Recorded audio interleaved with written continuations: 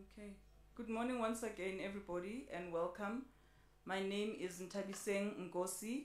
I am from the Directorate of Academic Support, responsible for internationalization and partnerships, and I will be your program director today. Welcome. Apologies once again that we're running a little bit behind time, but I hope you will all enjoy and gain a lot from today's session. Welcome to our audience online as well. And welcome to the first ever annual Thabo Mbeki African School of Public and International Affairs Open Day. Our program will run in 3 parts.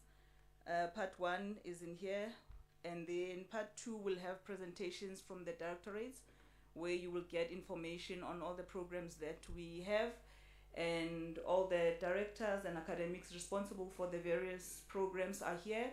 You are encouraged to interact with them, ask as many questions as you have, ask about registration processes, funding, and just what we do as the Thabo Mbeki School. I hope all of you were here last night, and I hope you also enjoyed the interactions with our patron and chancellor, the former president, Thabo Mbeki. With that said, I would like to open officially, and I would like to welcome onto the podium our acting vice principal for teaching, learning, community engagement, and student support, Professor Sigwe.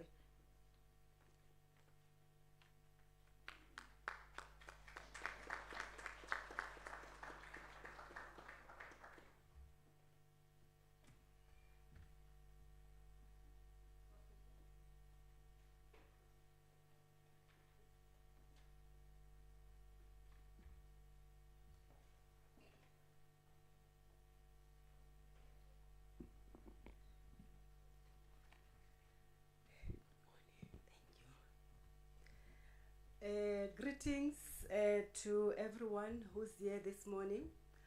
I want to appreciate this opportunity that I've been given to welcome you to this great event of the TM school. Let me firstly acknowledge the following people. The Chair of Council, Dr. Den Musia, who could not be here this morning. He was here until very late last night. The Vice Chancellor, Professor Puleng Lenkabrula, the Director of the school, Professor Paswani, she's here, all the directors in the school who are here, and the Registrar, Representative, Professor Thomas Puli, and also I want to really acknowledge a special person, the former Executive Dean, Professor Will Nkomo. We appreciate your presence with us this morning, and for you to have interest in coming to witness this great moment of the school. I want to, on behalf of the university, the Vice Chancellor, the teaching and learning my portfolio, I want to take this opportunity to extend this whole warm welcome to all of you, even to people who are online. I believe that there are people who couldn't make it this morning. They are online. And I'm also congratulating the school, and I'm offering you my unwavering support for the work that you are doing in the school, and also appreciating the achievements of the school so far. This event really marks a significant milestone, celebrating the recent accreditation. I think 2 weeks ago, we received accreditation from the Council on Higher Education for the Masters in the program and the PhD qualification of the program. So this is the reason why you are seeing us today here, is because we are here officially. We are not, I don't want to say it, but I want to say TM school is independent. It's still at Unisa, it's still part of Unisa, but I'm saying it can function. You know, in South Africa, this is the only way you can be recognized, you can function. And people go and Google you and look at you to see whether you are credible or not. In the past, at least they've been having the luck or the fortune of being under Unisa getting the recognition, because it's not just an ordinary school. So it's really a testament to the school's commitment to academic excellence and its vital role in shaping the future leaders in public and international affairs. And I would like to really say to Professor Paswana, congratulations. You have really worked hard, the executive director, you went through all of them, and also your support and academic planner as well. Professor Chivase, I'm not sure if he's here. He has done a lot of work. It's a lot of work to get a program to be accredited. Going through all the Department of Higher Education, Council on Higher Education, and to South African Qualifications Authority. The teaching and learning portfolio recognizes the profound importance of institutions like TM School in fostering critical thinking and promoting informed discourse and contributing to the development of our continent. Yesterday, I'm sure the people who attended yesterday's event, you could see the role of the school, how important it is when we saw the products of the school engaging the President Mbeki in debates, the questions they were asking, the knowledge, it showed the knowledge that they have and the understanding of the issues that are affecting Africa and South Africa. Your dedication to providing high quality education and empowering students to address the complex challenges facing Africa, especially now if you think of issues that are facing us, of DRC, of Rwanda, of USA geopolitics, that you are intervening, you are taking a role. If people think that South Africa is not doing anything about it, they must come to Unisa and they will be able to see that we are doing something. This aligns perfectly with our shared vision of the portfolio, access for success for our students, and by extension, Unisa's vision becoming an African university shaping the futures of service, in the service of humanity. This open day presents a fantastic opportunity to showcase the TM school PQM offerings and connect with potential students and stakeholders. I would also like to encourage you to leverage on the short learning programs that are offered, because the short learning programs are usually modules from the very formal programs that have been accredited, and they are taught by the very people who are teaching the formal program. So when you have done a short learning program, you still become acknowledged, and you are able to articulate and to show your knowledge and to apply it in your working environment and in the society. They really promote lifelong learning. They transfer specialized and timeless knowledge. They create opportunities for networking and collaboration between participants, school and other professionals outside Unisa. And the short learning programs are also good for people who really do not want to add another degree on themselves, but want to be knowledgeable on a particular area or to upgrade their skills. So they are very good, and I would encourage people to look at them and also register for short learning programs. We are confident that this event will inspire and inform and also attract talented students and prospective academics who are passionate about making a positive impact in our society. We commend the TM School for its dedication to academic rigor and its commitment to nurturing the next generation of African leaders. We are also proud to support your efforts and look forward to witnessing the continued success of the TM School. And I hope and believe that these are not the only programs that are going to be accredited. The school will continue. We can develop higher certificates. We can develop bachelor degrees so that people can take specialize in areas that they want to specialize in. Even those who come from school, we do have our young generation is very, I don't want to say politicized, but they are aware. Our Generation Z is really aware of issues. So some of them will want Prof. Pausano to come and do their degrees, not only for people who are already specializing in masters and PhDs. So I'm really wishing you a successful and impactful day. I wish you will engage and you will enjoy, and when you leave here, you live here with plans to say which program do I want to follow, where do I want to start, and also start inquiring about registration for the formal and accredited programs. Thank you for this opportunity, Program Director. I hope that people heard me, because I only hear, it's like the mic is only picking my voice now. Thank you so much.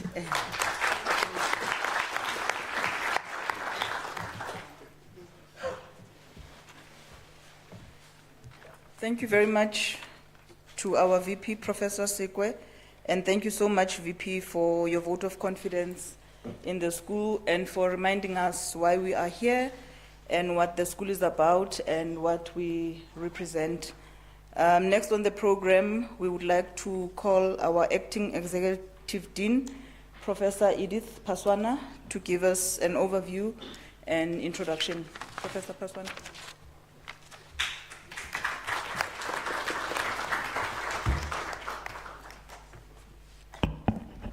Is it still morning? Yes. Good morning, good morning. Morning. Good morning. Morning, Prof. That's better. I have a PowerPoint slide. I'm not sure if anyone there. Where's the thing?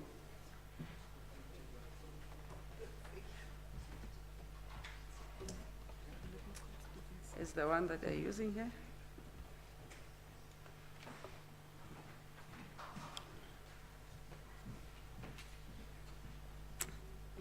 In the meantime, let me just greet everyone and also thank you for coming, for brave. I know you were here last night. This is too much. I'm also tired. I'm also very tired, and we finished late last night, but I'm really, really appreciative of the fact that you were able to be here this morning, and I'm also welcoming everyone online. I know many of you are connected online, and a very good morning. We also apologize for beginning late, and I think I also want to thank Professor Sekwe for the welcome remarks that she was able to do this morning as well, and also thank our program director, Ms. Nkosi, who is currently our program director. Thank you very much, Ms. Nkosi, for steering this ship. And I can't see my slides, but let's start in the interest of time. Let me also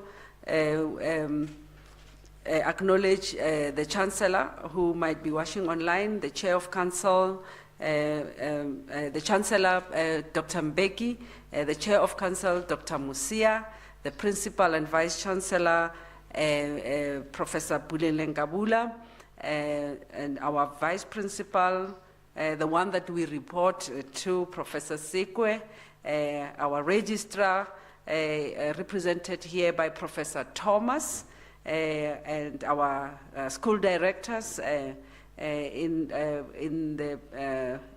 represented here in front, Professor Ndlovu, Mr. David Letswalo, and Professor Mello, and very special welcome and acknowledgement to our former Dean, Professor Vilnkomo. A warm round of applause for him.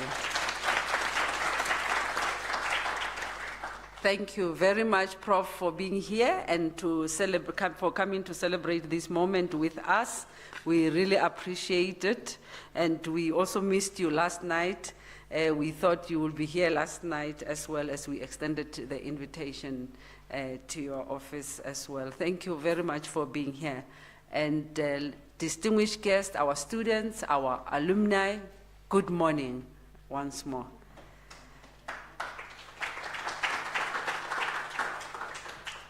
Yes, we My job here is very small. I'm doing two things, overview and introductions. Maybe let me start with introductions. In front of me here, I have on my extreme left, Professor David Miller, and he is the academic program director at the school. Professor Miller, thank you. Next to him is Mr. David Letswalo. Mr. David Letswalo is the Director for Student Affairs, Academic Support, Community Engagement, and Internationalization and Partnerships. It's a long one. It's a long one. So this man has no sleep. You can imagine how big this portfolio is. Maybe he's the likes of Prof. Sepota, the registrar. And then next to him, of course, is our VP. You have already met her. And then we have Professor Sifiso Ndlovu. And Professor Sifiso Ndlovu is the Director for Research and Innovation at the school. And then we also have our staff amongst us here. We have Professor Darlene Miller at the back there. Professor Darlene Miller, please stand up so that our students can get to know you. Professor Darlene Miller, she is the head of citizenship studies at the school. She's the head of the citizenship studies at the school. And next to her is Tlengiwe Kunene. Tlengiwe Kunene, she's our risk and compliance specialist at the school. Tlengiwe. Next to her is Professor Charlotte Ditoy or Beitendach. You can say Beitendach. Actually, we want to say Beitendach. Yes, yes. Professor Charlotte Beitendach is our head of simulation and futuristic studies. These are the things you can get only here at the Thabo Mbeki School. And she will tell you more about it later when she comes to the platform. And then we have Professor Anton van Niekerk. Anton van Niekerk, many of you might have seen the tall man yesterday at the stage. Yes, Anton. Professor van Niekerk is the head of diplomacy and international studies at the school. Diplomacy and international studies. And Professor Anthony, I've just got a new student for you this morning in the holding room, and he's going to register with you. And you know, you never grow out of learning. Our registrar here is going to register with you. He said he wants to do something in diplomacy. So obviously, when he comes over here, maybe he can talk more about why he wants to study diplomacy with us. But that's that. And then we have Professor Mkize. Professor Mkize. Professor Mkize is also in the diplomacy and international studies, working with Professor Anthony van Niekerk there. My eyes are not serving well. I'm not sure where are the other colleagues. Professor Msila is here? Okay. Okay, I see at the back our postdocs as well. Can I ask all of them to stand up so that you can also see them? It's Saturday, there are many things.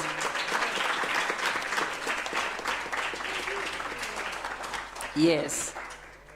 And then I see Sonia Keya. Sonia Keya.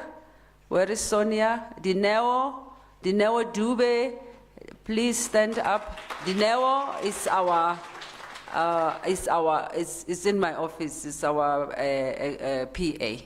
So everything, she's my boss as well. I hear from Dineo. When Dineo say we go left, I go. When Dineo say right, I go. When Dineo say we look up, I look up. So she's the one who's actually directing me. And then we have Sonia Geyer. Sonia Geyer, you can all see her. All of you have passed through the hands of those people. Sonia, because you know her. When you write to the school, you write to them. At the SLP unit, they are under Mr. Lezwala. So Sonia Geyer, you can, Sonia, did you just wave and, yeah, they will see you. And then we have Miss Ndambani. Ndambani, the surname Ndambani, Nasengani. Ndambani, sorry now, Ndambani, it just slipped my mind. I nearly said Nechufulani. Nesengani, and Ndambani is also on the academic support functions. And then we have Ms. Nomvula Mnisi. Nomvula is on the research support.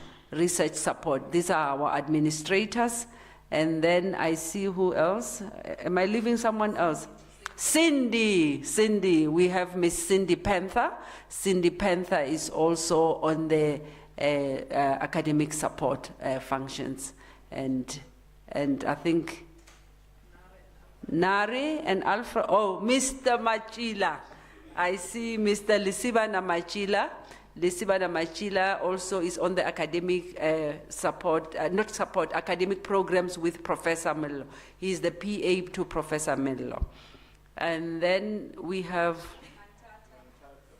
Mantata.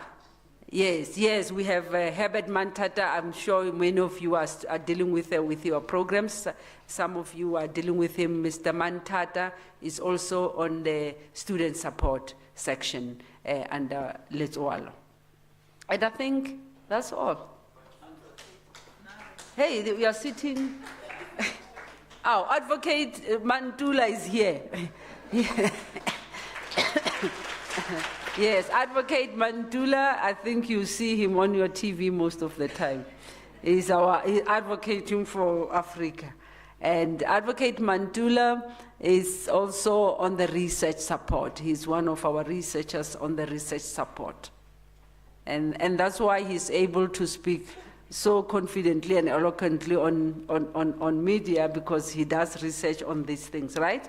Yeah. Oh, Mfusi. Please, Libito. Miss Bikuzo Mfusi, sorry. Miss, I don't see you because this thing, to be honest, I don't know how you were coping, Prof. Yeah, I know it's for the acoustics for us to look good on TV, but it's too much. Miss Mfusi, she is also on the research support. She's also on the research support. And I think we are not here. All of us are, some of the lecturers are not here. It's Saturday. Some of them might not be here, but you will meet them as time goes on. But the heads are here, and I think you were able to meet some of them, and you will be able to speak to the heads of department. Just a quick overview now. Just a brief history of the school.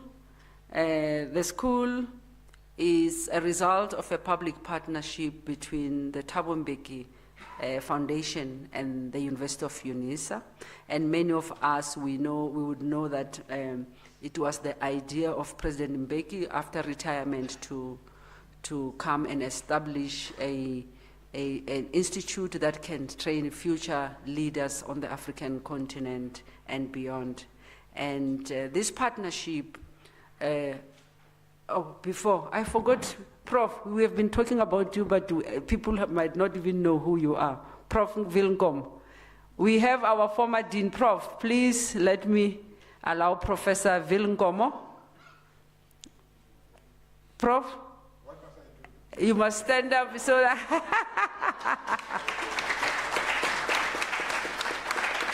Thank you, Prof.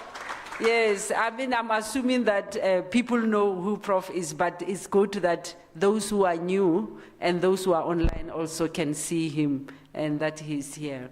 And we have come to this point under his leadership. Thank you very much, Prof, for gracing us with your presence this morning. And another warm round of applause. Thank you. So the partnership was established through a memorandum of understanding which was signed on the 12th of October 2009. And in 2019, the Council of Unisa and its partners saw it fit to establish a graduate school of significance at the University of South Africa that would offer master's and PhD as well as executive programs and short learning programs. And a school of significance. This school was to embody the leadership qualities, the vision and the values of the former president. And it was also to contribute to the much needed African Renaissance or renewal on the African continent and position itself as a continental school which should impact the world. And in 2020, May, Professor Vil Ngomo was appointed to lead and direct this new school and provide strategy that will lead to this school of significance. And its mission being to train leaders who will solve complex problems in Africa and beyond. And in September 2020, the school was launched virtually online, and the founders of the school, Unisa and Thabo Mbeki Foundation, had a strong belief that the social agenda of Africa is different from the rest of the world, and it should be able to counter the social ill that we face in this continent. And therefore, in order to be able to do this, a different kind of education was needed that will be a very innovative to be able to deal with the challenges that this continent will face. And that kind of education also has to be methodologically, perhaps maybe in a transdisciplinary approach. What we say is that not one discipline will be able to solve the problems of Africa. You need to think beyond the disciplines and be able to work in a space that is more transdisciplinary. And a school of this nature was founded here. Why should you come to this school? Of course, this school purposed to be a magnet of excellence in education, experiential learning and research. We don't only believe that you need to take theory and go away with theory to go and apply it elsewhere, but we also believe experiential learning is important and research is part of that. Of course, I've already spoken about the transdisciplinary methodologies that we will follow in training our students, and we will also be able to produce students that will solve the complex issues both systematically and creatively. And we have 2 qualifications that we are accredited by the Department of Higher Education and Training, as well as the Council for Higher Education. And I'm expecting that you will be ululating for this, because for a long time you've been waiting for this. We have been waiting for this. It has been a long wait due to many problems, the COVID-19 issues, where we were not even able to come to work at the time. Some people say productivity is in contact, and but this school was actually built, as I said last night, under COVID. Majority of the time in the building and foundation of the school, even the launch, if you remember, the president and the former vice chancellor did this online, and because it was not possible to come. But we also want to thank you for your patience as we go through all the formal layers of accreditation, which were stringent, because we also wanted to come out with a good product for our students and for this continent. So it was important that in everything that we do, we also follow that trajectory of rigor and being robust in what we do. so that we go through all the processes that are needed. We have 2 qualifications that are accredited. These are not the only qualifications that we will have at the school, but these are the first 2 qualifications, formal qualifications that the school was able to do that are now accredited. And the first one is the master's, master's in public policy and in international affairs. And these masters, Professor Miller will speak about them more when he comes, but basically the purpose of this qualification, we are looking at graduates who would contribute to the development of more knowledge in this field. It's a specific field, public policy and international affairs, at a very advanced level, at a master's at level 9. So we are also looking to see that our students will demonstrate specialist knowledge and engagement, specialist knowledge. After completing a master's in public and international affairs, when you enter the workspace, whether you are in the NGOs, whether you are in the public sector, whether you are in the private sector, or you are working for multilateral, people must learn and see in you that you are a specialist. You are a specialist. You are not just a run-of-the-mill. You are not just someone who went through education but cannot be able to stand on a platform. And I think you have seen last night with our short learning programs. Those people that you saw last night did not go through our formal programs. They were in just a small 6 months. They were with us for 6 months. But with this masters, of course, the maximum training, which is 2 years, you will be able to come out as a specialist. And that is very important. And the other important identifier, you must be able to critique current research or practices. You look at research, you look at practices, and you must be able to find issues that are not aligned with what should be taking place. Whether it's in practice, as you look at your practical world and you see that you have to do that, you must come out here, not just reading papers and reading books and taking in the manner that we do when we read newspapers and other things and think that they are the absolute truth, right?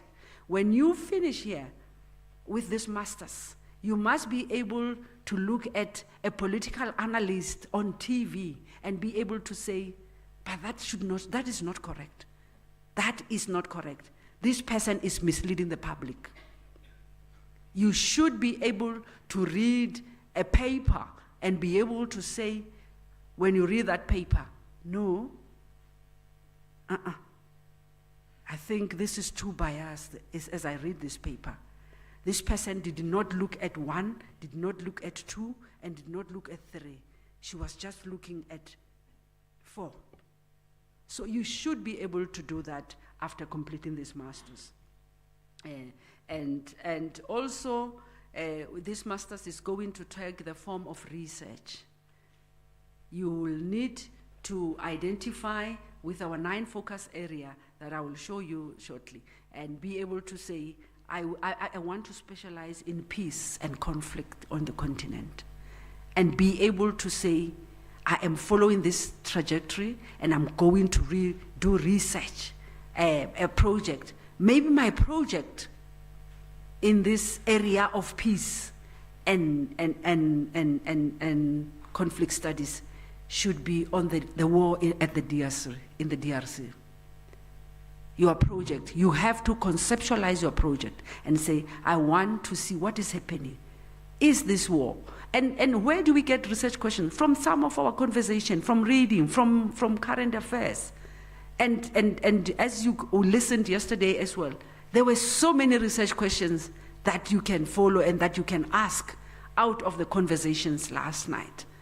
There are so many unentered areas, space, understudied areas in this country and or in this continent.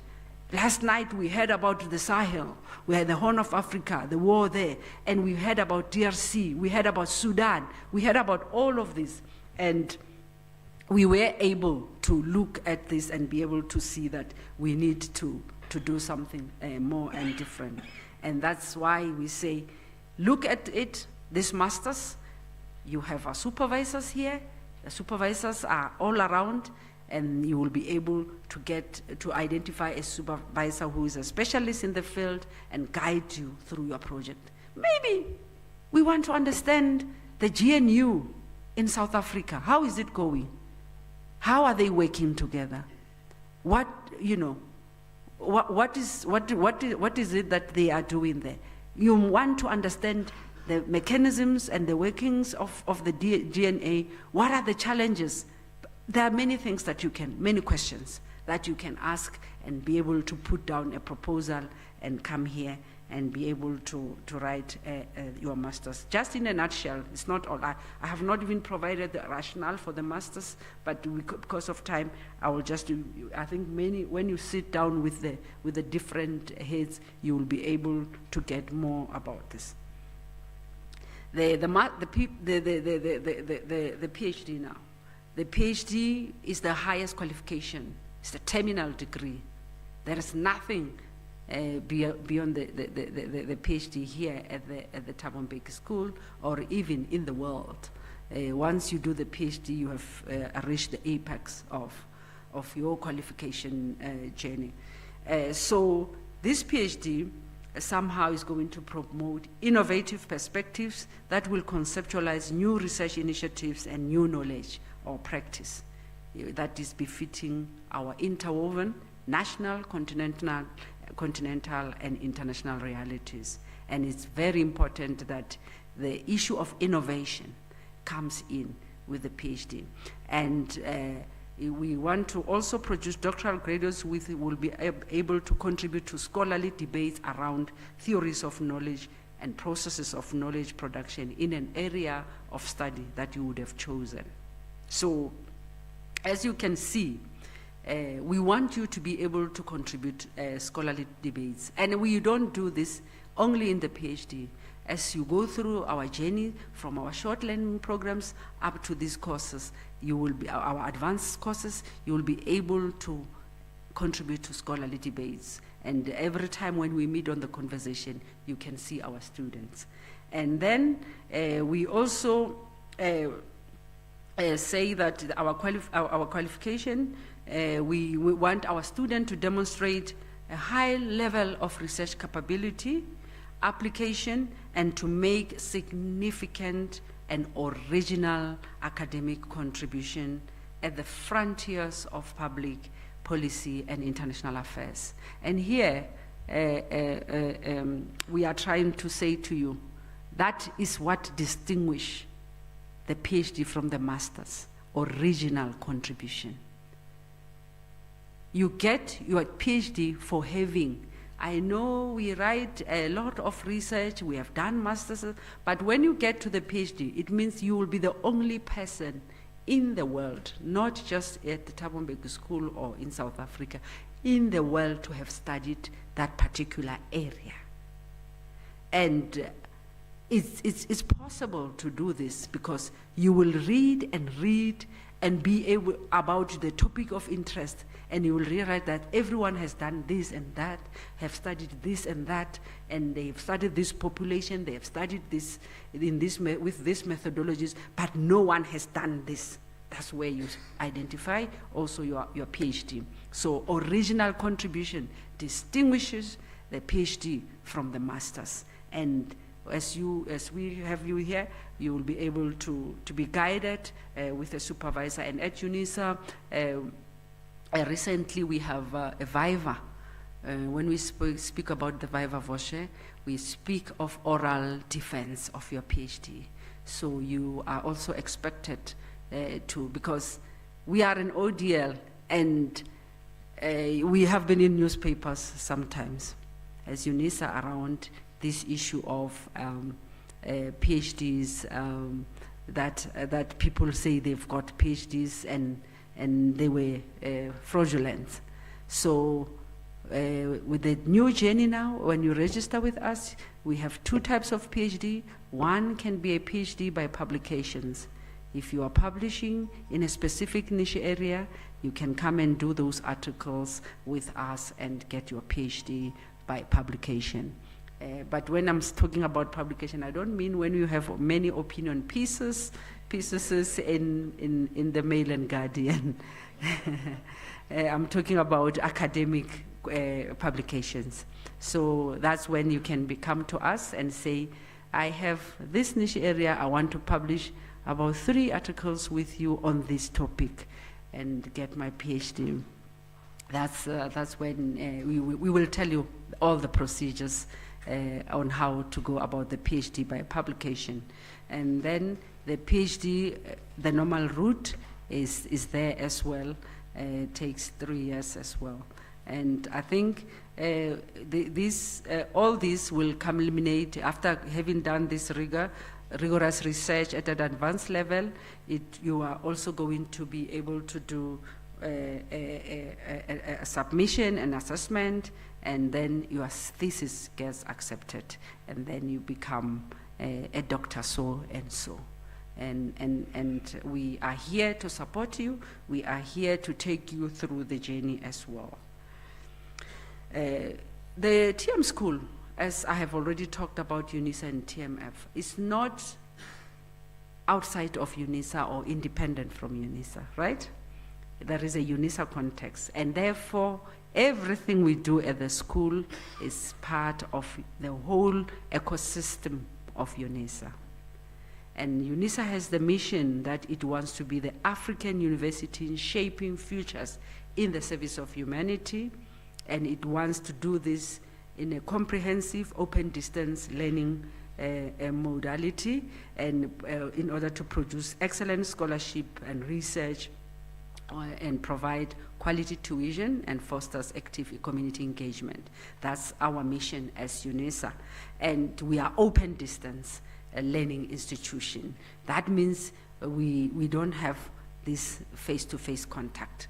So one of our strategy is to be fully online in 2030, which is in 5 years.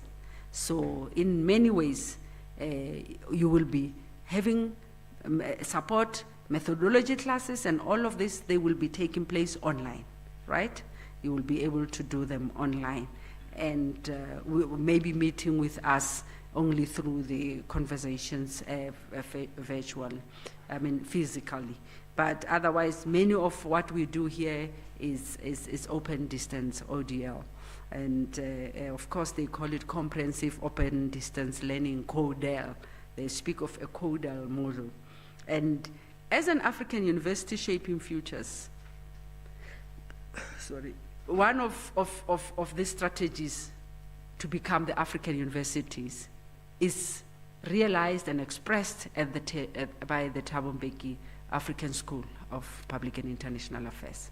Because UNISA has this big vision of becoming the African university, shaping futures in the service of humanity. So as schools such as us, which emphasize African epistemologies, African philosophies, African methodologies, in its products, it means that it sits very well within UNISA's mission. So we help UNISA as well to reach this medium. And I know from various sectors of the decolonial Africanization movement that saying African university is very problematic. What constitutes African university? And this is a debate that we can go into, but we are in the right way of Africanizing and decolonizing at this school. And there are 4 strategic focus and a strategic plan of our university as well that we follow. And one of them is also transformation. And we are also on the right path towards this, reaching this in 2030. And a school such as this enables that transformation strategy to find expression at it. And then you have all these values of UNISA, and then this then becomes the mission of the school, our school, to create an African global and futuristic school of public and international affairs. That's what we want to see ourselves. One that is our own. People don't have to drive far, fly far to America to be able to do public and international affairs. We have one of our own, one homegrown African global and futuristic school that is going to be there. This is where we want to see ourselves. This is the vision of the school and the mission. We want to be a beacon of excellence in balancing theory and practice in knowledge production, utilizing transdisciplinary approaches. Last night, I showed a video of a young woman also who went through this school, who was able to produce a bee factory after learning. So what you learn here, what you hear and learn here. We know we are a social science school. We are not scientists. We are not going to do things. But what this school does gives you the edge to go out and do something. After learning with us, you will be able to say, things are not right in my country. There is too much poverty, or the city is dirty. What can I do? That's all what we want you to be able to do. Not just to be carriers of knowledge, but be able to solve the problems that we have in the country. And that's why we say we are developing and educating leaders that solve complex problems in Africa and beyond. These are our focus areas. And here we have lecturers who will take you through all these focus areas. We have citizenship studies, public leadership studies, peace and conflict studies, the study of government affairs, urban and Africa and rural affairs, simulations and futuristic studies, security and intelligence studies, sustainable livelihoods and resource management, international and diplomacy studies. We have 9 focus areas thus far. And I know in the future, we might be able to include more of this. And I pause here. Thank you very much. You are welcome to the TM School. We are looking forward to engage with you throughout the day. Thank you.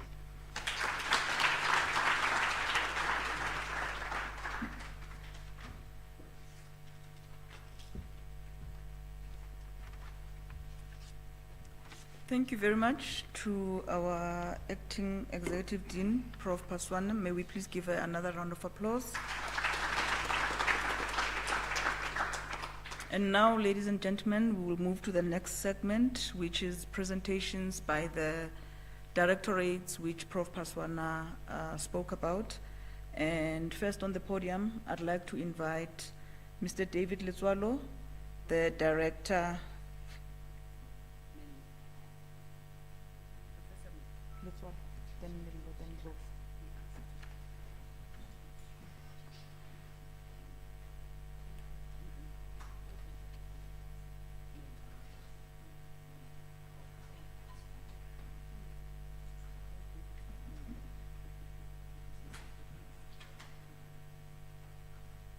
Okay, apologies. The program has changed slightly. Professor Millo, David Millo, the Director for Academic Programs. Prof, welcome to the stage. Thank you very much, Program Director. Let me start by acknowledging specific individuals who have honored this gathering. I would start with the Deputy Principal that we are reporting to, Professor Sikwe. Let me also acknowledge the current and the former Dean,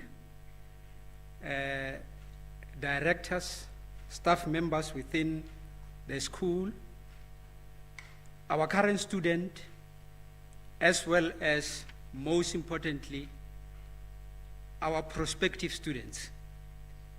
And I must also say that we are also online. Our school services students who are within South Africa and outside South Africa. And we might have those students online. Let me also acknowledge their presence, because the reason why we are here is because of the students that we are servicing. Now I'm going to talk briefly about the Academic Programs Directorate. Within the Academic Programs Directorate, I hope you can see the slides, we are responsible for the initiation, the development, as well as the quality assurance of the programs. Now, partly, my boss, Dr. Paswana, has done some of my work by introducing some of the qualifications, and also the staff members. The academics that have been introduced to you are basically within the academic programs directorate. And I'm not going to go through the list of these academics again, but I'll go to the gist of the academic directorate. We have for some time been offering the short learning programs. Now, I'll start with the short learning programs that are up here on the left on your screen, which I'm saying are at level 6. Now, the short learning programs that are at level 6 require a matric certificate for entrance. And the programs that we are going to be offering in the next 6 months are as follows: Thought Leadership for Africa's Renewal, Africa and International Trade, Policy Making and Analysis, African Political Economy, Good Governance in Africa, African Feminist and Gender Studies, as well as the management of democratic elections in Africa. Now, the last program that I've just mentioned is actually tailor-made for election management bodies. It is a program that we are actually marketing to all election management bodies in Africa. And in fact, just recently, in the past 2 weeks, we were in Botswana offering the election management, or rather the management of democratic elections in Africa, and I believe some of those students could be online. So this first group of SLPs should be available online towards end of May or June, so that you can register them in the second half of 2025. Now, we also have the advanced level of our short learning programs. Now, the distinction between the two is that with regard to those that are at level 6, you need only a matric. With those that are at level 8, the advanced level is at level 8. You need a B degree in order to qualify. And you realize that most of what I have mentioned on my left exists on my right as well. So the difference is simply in terms of the levels, and that is why the entry requirements are different.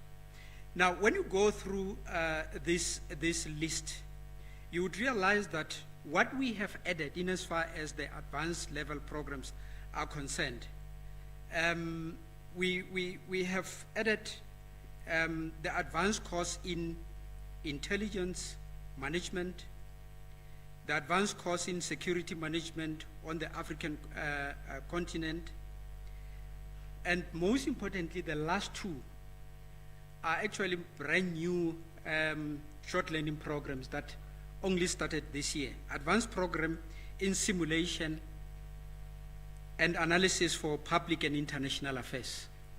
Very new. Please look out for it. And then we also have the advanced program in engaged citizenship for the 21st century. These programs, again, last year you could have seen them. Some of you may have applied for them. They will still be available for the second half of the year. So again, around May, June, you should be able to go online and apply for these short learning programs. I'll also speak about the new formal programs. Although the Dean might have spoken about them in terms of the purpose, I'll speak about them at more of an operational level. And I'm sure it was said that we are now accredited. And I think in your mind you're saying, then what? The most important thing is that we have these 3 qualifications. But I'll also explain the context. The Doctor of Philosophy in Public Policy and International Affairs. It has been accredited. You'll remember that any qualification to be offered, it must be approved by the Department of Higher Education and Training. It must also go through the Council for Higher Education.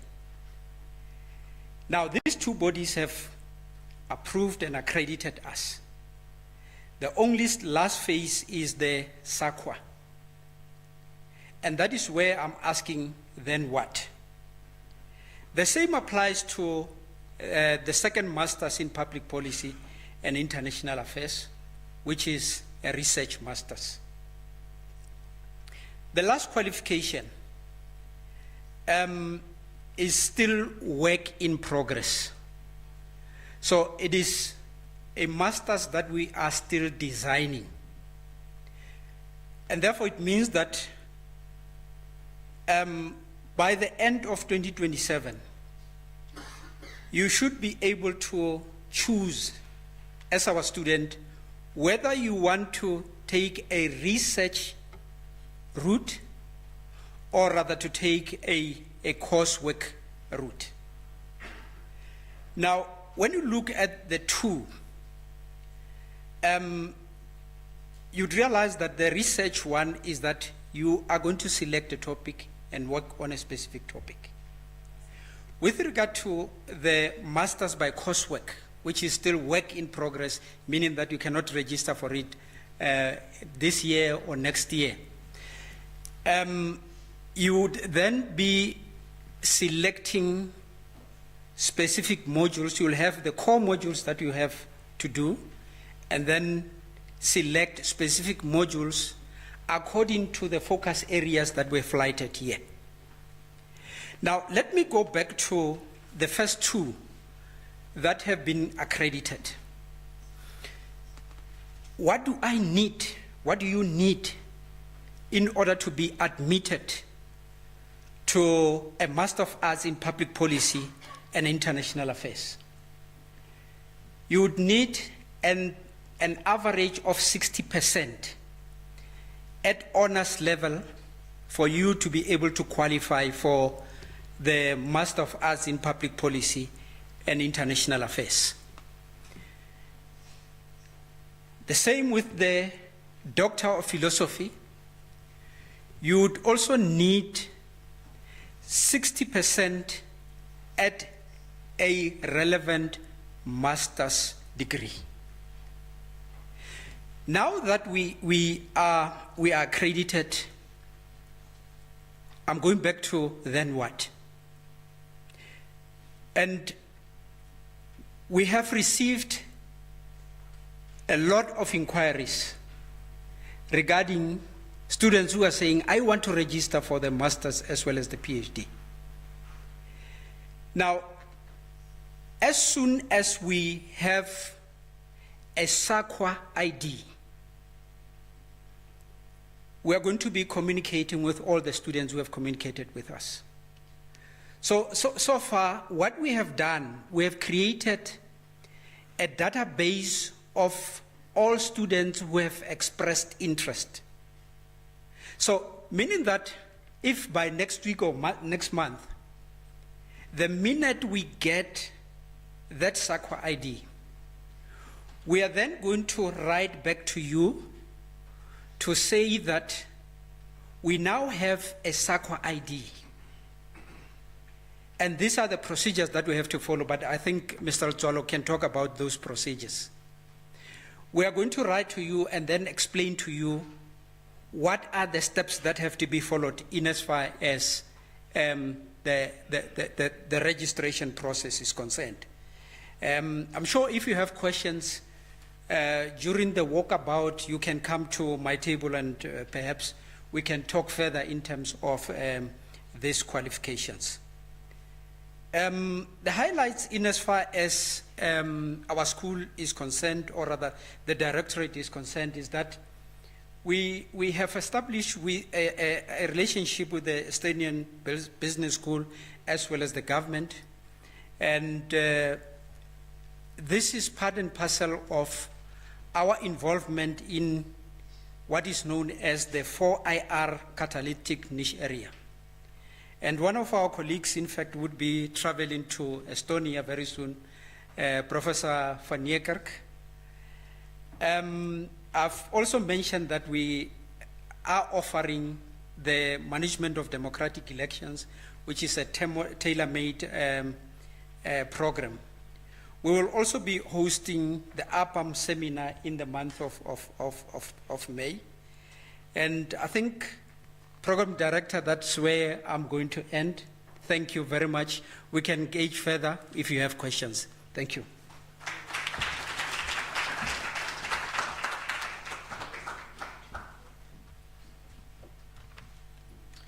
Thank you very much, Professor Millo, Director for Academic Programs. Ladies and gentlemen, I would like to call on David Letswalo to the stage, our Director for Academic Support, Student Affairs, Internationalization and Community Engagement. Thank you. David?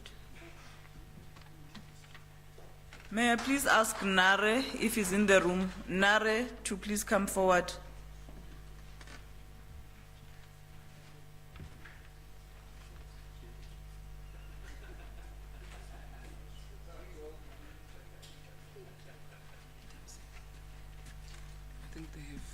Loaded it, the presentation.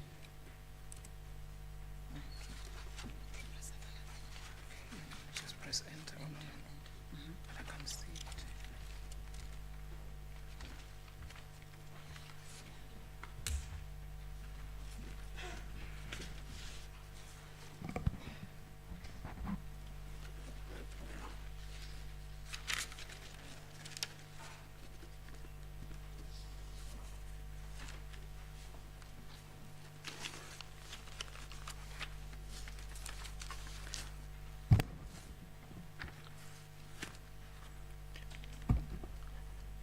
Good day, everyone.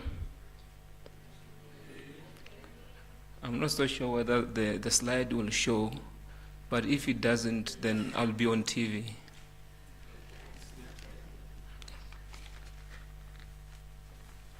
Let me start off by acknowledging and greeting the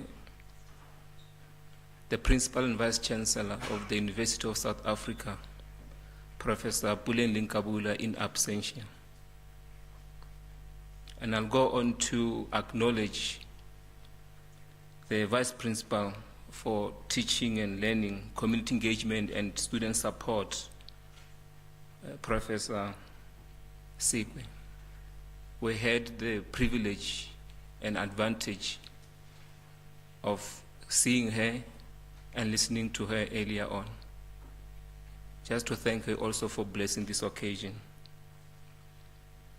I'm going to also greet and acknowledge my executive dean, the leader of the Thabo Mbeki African School of Public and International Affairs, Professor Paswana. I acknowledge my fellow directors in the school and all colleagues in the school. Professor Puli Thomas, thank you very much for coming here to represent the registrar of this mega university.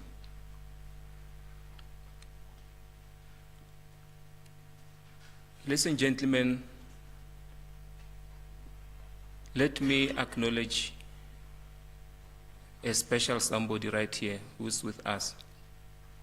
And that is the very first executive dean of the TM school, Professor Vilunkomo, who was earlier introduced by my boss, Professor Paswana. So my former boss was introduced by my current boss on this occasion. So, Prof. Vilunkomo, I want to thank you for being present here. It shows your commitment and passion and love for the school and the project that you initiated.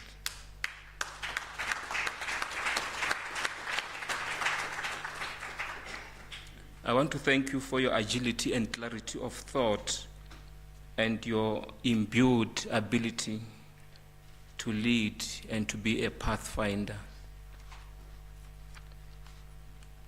I'm not digressing. I'm just going to be engaged in a process of constructive digression without being irrelevant. In that sense, I'll talk about the issue of time.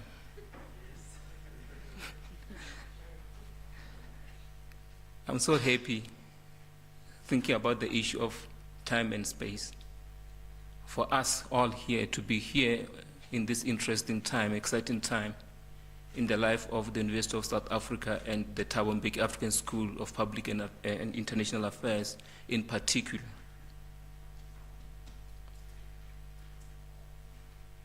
Time will tell.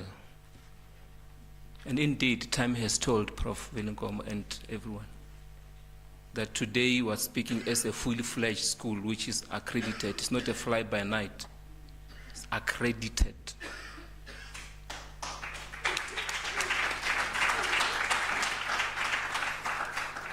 The other point I want to indicate about time is that it is only time that has allowed all this to happen while we are all still around. So the accreditation happened while all of us and you, Prof. Nkomo, were still around. And I think that is very, very important. So time will tell, Prof. Paswana, when the SACWA ID will come to us, and then we can proceed in all earnest. So let's not worry if it doesn't happen today, tomorrow, or the day after. It will happen whenever it happens, because time will tell. So I'm here to speak to you briefly about a directorate that I'm really honored and privileged to lead, and that is one of academic support, student affairs, internationalization, and community engagement. So,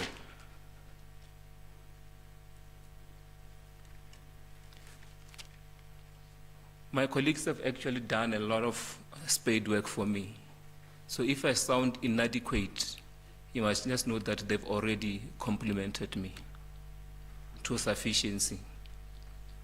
So whatever we do in the directorate should be seen in the light of the school as a whole, and by extension the university. So what is the agenda?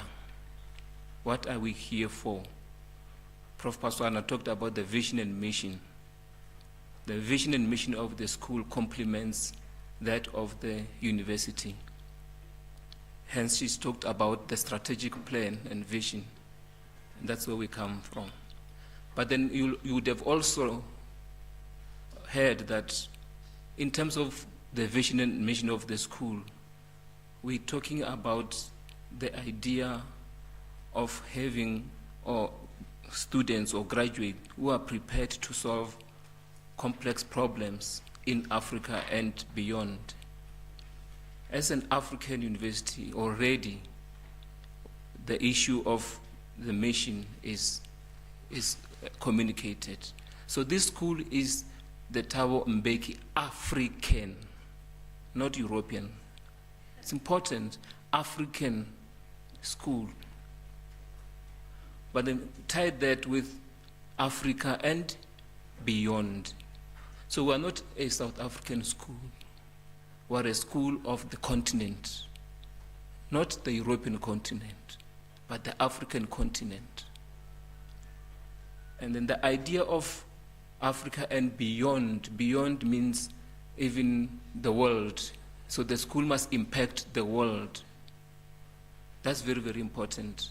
So if you refer to the discussions yesterday, you see that the discussions showed a lot of insight and expertise around issues afflicting Africa and the world. So, as the academic support or support directorate, we believe in the idea of the coalescence around the academic project and nothing else. And this project should be seen in terms of the university policies and the strategy, as Prof. Paswana indicated earlier in her presentation. So we see this directorate not doing something that is out of sync with the rest of the directorates. We are a support directorate. We make things happen. We make the academic project work in pursuance not of our own selfish ambitions, but in pursuance of the strategic vision of the university and the vision of the school. So, the issue of collaboration, collectivity, unison, collegiality, all those aspects inspire our role as a directorate and the school as one, as an ecosystem. Then there is this thing that interested me about the idea that why God wants to tell us about the end, how ends work. So that is the idea that we should all, as members of the school and the university, understand that we are bound by only one mission, that of contributing towards the advancement of what the school stands for and what the university stands for. And that is the story of the end. So just to say that the directorate, as an overview, deals with issues of academic support. Here we're talking about the support to both the academics, that is the lecturers, and the students, because the two components together make what an academic enterprise is. Then the next component of the directorate is that of student affairs. So student affairs relates to issues of registration, application, and supporting you in your entire journey until you graduate. Those are the administrative issues that pertain to ensuring that you as a student has a pleasant and exciting journey whilst you are registered. Then the next component is that of internationalization. Ladies and gentlemen, internationalization is important for a project of this nature, which has seen itself as a continental school that should impact the world. So you cannot do that, you cannot have footprint in the world if you don't understand the idea of, or the agenda of internationalization. And how do you achieve that? By having instruments such as partnerships, collaborations, which most of the time would culminate in formal signing of MOUs. I'll come back to these points a little bit in detail later. And then the last component is that of community engagement. This relates to dismantling this notion of universities as the so-called ivory towers. The principal of the university yesterday mentioned this point. And through community engagement, we encourage the idea that we see knowledge construction as a partnership between universities or academics and knowledge holders in real communities. So we need to engage. Therefore, community engagement as a key issue for academics in the school should translate into engaged scholarship in terms of research and teaching. I'm not going to talk much about this slide. So I mentioned a lot of points so that you take me seriously. The essence of academic support, as I said, that we're talking about supporting both academics and the students, because a learning experience is an interaction of both the student and the teacher, and both as co-creators of knowledge. And we believe that attention should be on the student. So if you're going to be a student of ours, you must know that you are the most prized center of attention. Everything is about you, essentially. So if academics prepare themselves, they are preparing themselves so that they can serve you better. So those are the kind of things that we do. For instance, having all of you here today is not a subject or textbook kind of engagement. It's an administrative thing meant to enable you to look into what the school can offer. And something like this would necessarily fall within the domain of our directorate. So some of the things that we do there relate to supporting you when you have to get your study materials, the lecturers being able to give you the necessary materials to ensure that in terms of assessment, everything is done properly as expected by the university. So whether you're talking about assignments, tutorial letters, and things like that, this directorate ensures that the technical aspects around this are taken care of. When I'm talking about assisting in terms of assessment in administration, that is assignment and examinations, I don't mean that this directorate is going to write assignments and exams for you. It only means that we're going to offer the support structure around you so that when you write, you know how to submit and other processes, technical and procedural processes around that. In a normal case of, for instance, of shared learning programs, those who have had experience with this school would know that we do have contact sessions. So let us truncate this idea of contact sessions and transplant it to a situation where we have formal qualifications, MNDs. So there'll be opportunities created in line with the notion of contact classes, whether that will take the form of supervisor student engagement or workshops and so on and so on,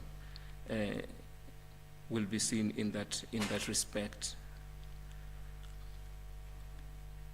Student support is very, very important, or student affairs rather, is very, very important, because support for students resides under academic support. But here by student affairs, we refer to issues of applications, registrations, either for the executive programs or shared learning programs or even formal qualifications.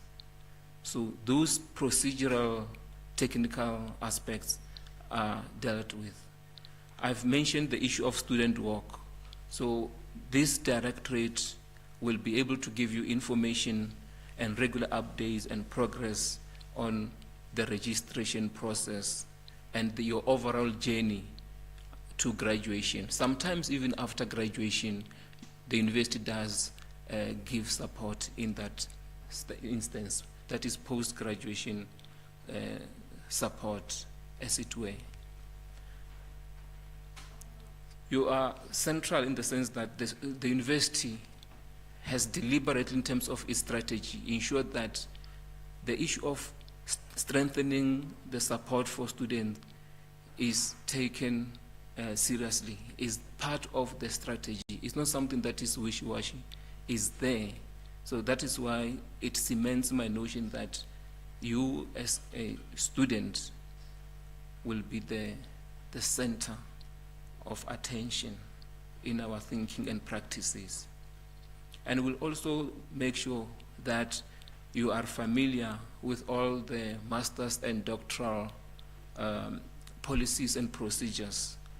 And in this regard, we work closely with the College of Graduate Studies. Remember, graduate studies relates to those studies that are after the bachelor, honors, masters, doctoral. So that for us is what we're supposed to be doing as a directorate. And added to that, issues of supporting students with regard to finance, for instance, grants, bursaries, sponsorships, all those issues will reside in this respect.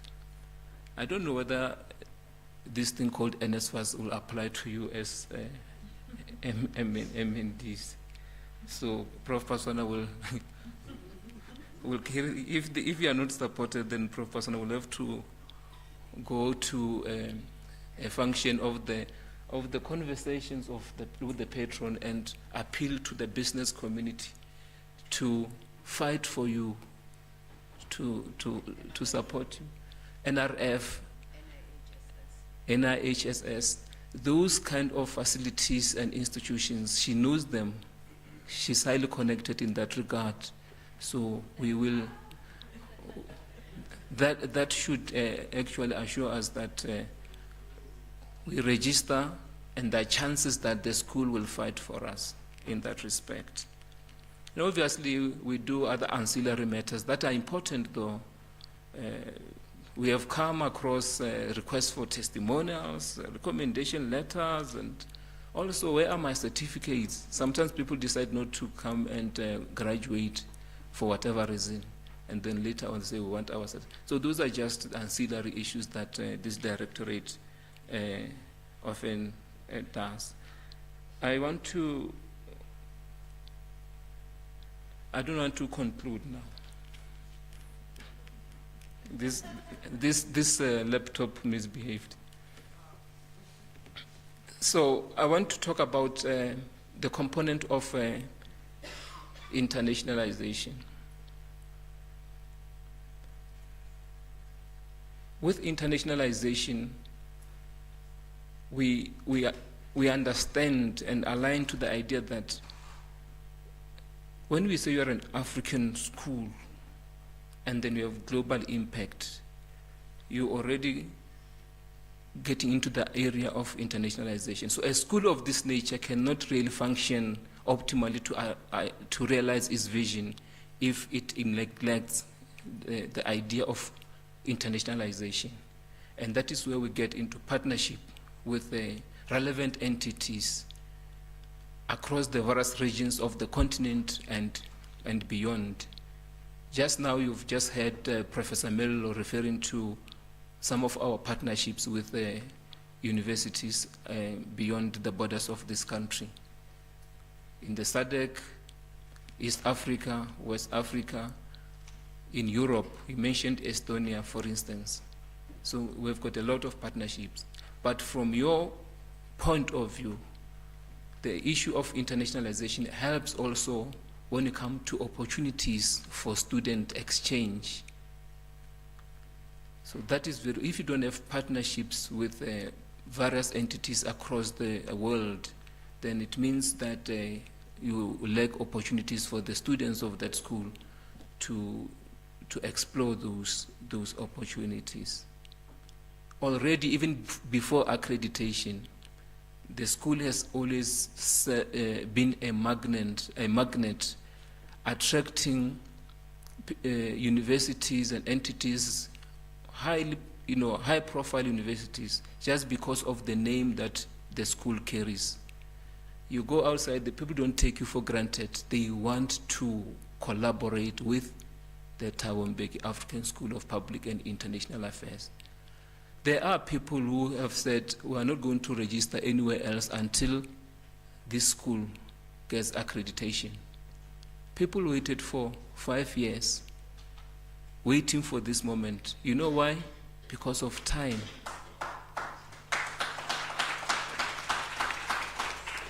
Because of time, once you register for this school, with this school, because of time, you are going to be a member of a prestigious group that will be proud of itself to say, we are the first cohort of students and graduates carrying the name of the Thabo Mbeki African School of Public and International Affairs. There is no other school in the whole world that carries this name. So if I were somebody listening to David Letswalo today, I would make sure that I'm going to be part of that cohort, historic cohort of students to graduate under the name Thabo Mbeki African School of Public and International Affairs. I thought somebody was going to go for it.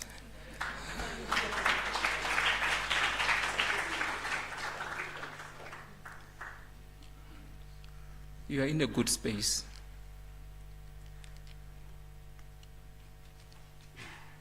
Mr. Maleka, don't kill me.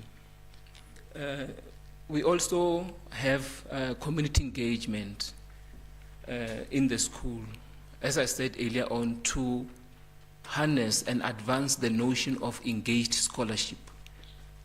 So the school has opportunities for academics and communities to engage around 5 key projects. The first one is called Lekgotla la Batho, which actually is about dispute resolution in African contexts.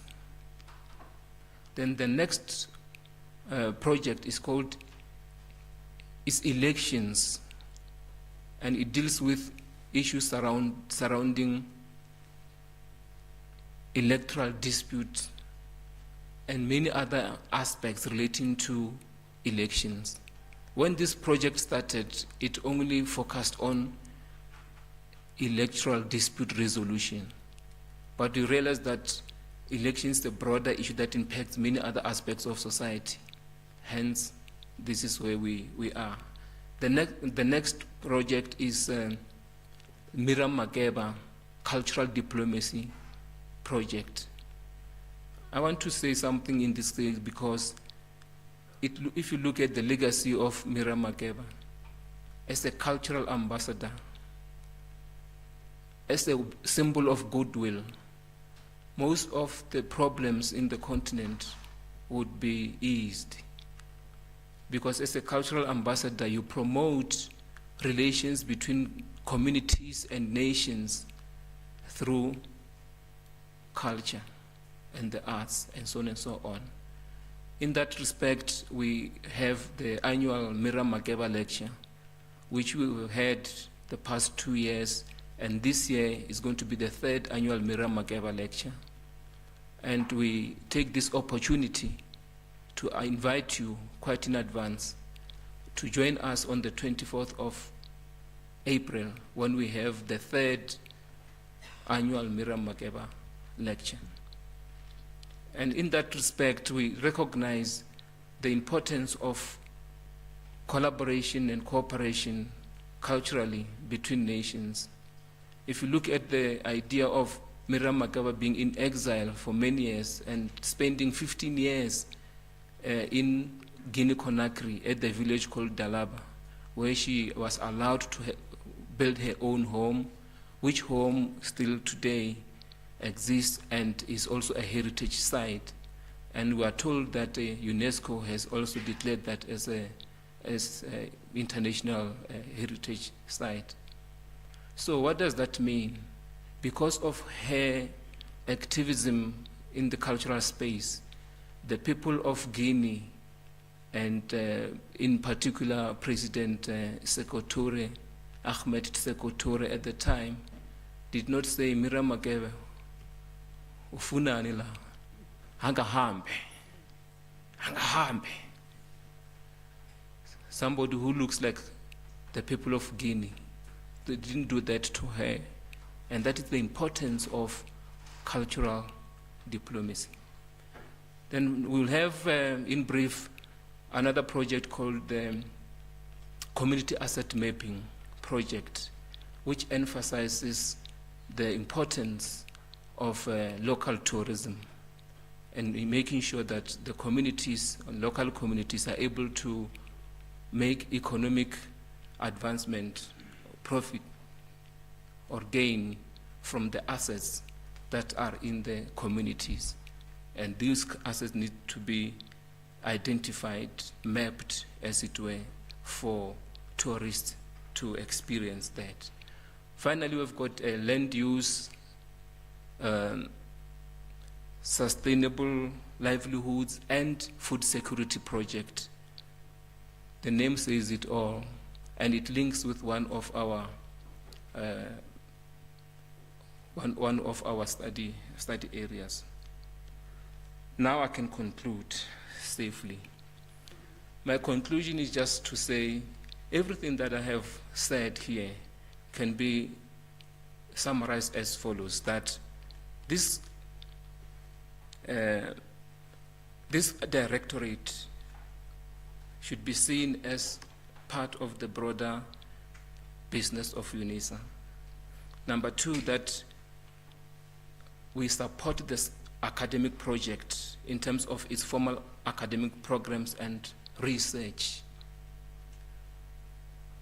We do support initiatives that impact society. In other words, the school has got mandates, the academic and social mandate. So we make sure that all that happens seamlessly.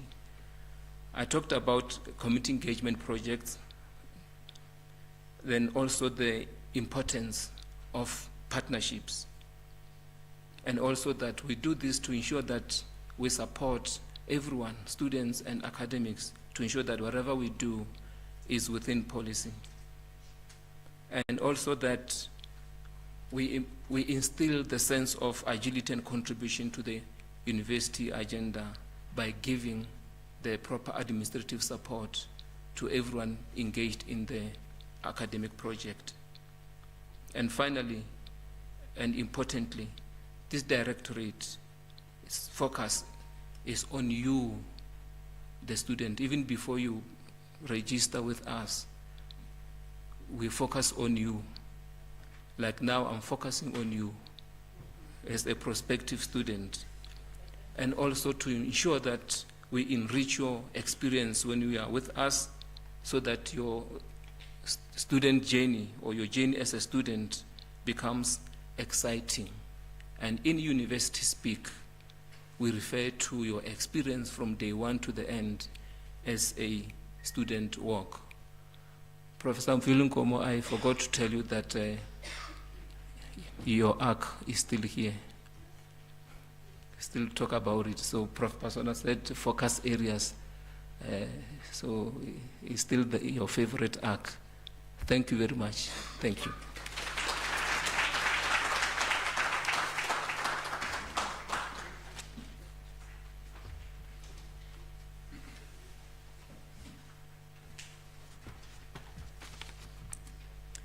Thank you very much, David Lutswalo, our Director for Academic Support, Student Affairs, Internationalization and Community Engagement.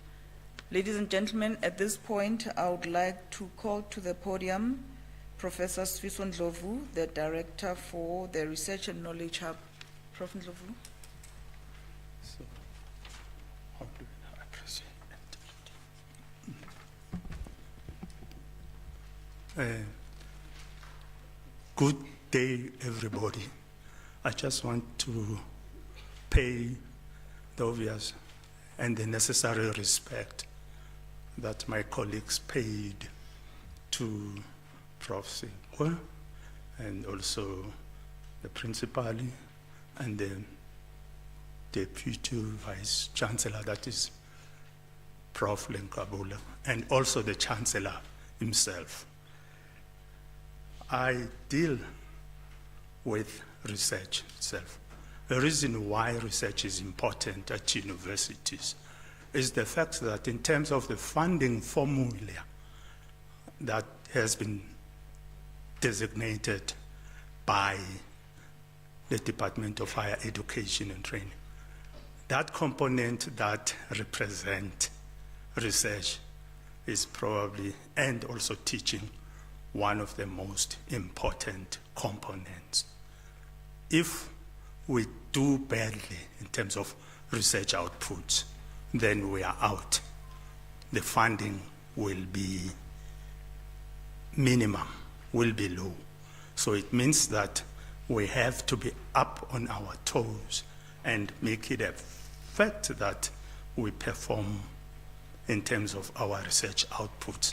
And also you noticed that deliberately so, we offer research masters, we offer PhD as a research output. In that sense, we just want to draw you into our world and become the future researchers that makes an impact in terms of our country related to the production of knowledge. Gone are the times when Africans are depicted as gatherers of archival material and data to be transferred to the North, for the North and the Europeans to write about us. I'm sure most of you, in terms of disciplines that you've done before, at varsity or elsewhere, all the text and textbooks, journal articles that you read, in terms of citation, you only cited dead Europeans, cited European academics that you've never met. So in terms of research as we speak, it has to be original. It has to be original and will also help you in that respect, you know, how to go about doing original research, and also how you become an accomplished theorist. Because in most cases, the theories that you read in your respective subjects, most of them are from the North. So we want to teach you to become experts in terms of developing theories that will have an impact, those theories that should also be taught in the North. You know, so if you think about yesterday, when the former president raised the issue about our ambassador in the US? Why also did America took the decision that it took?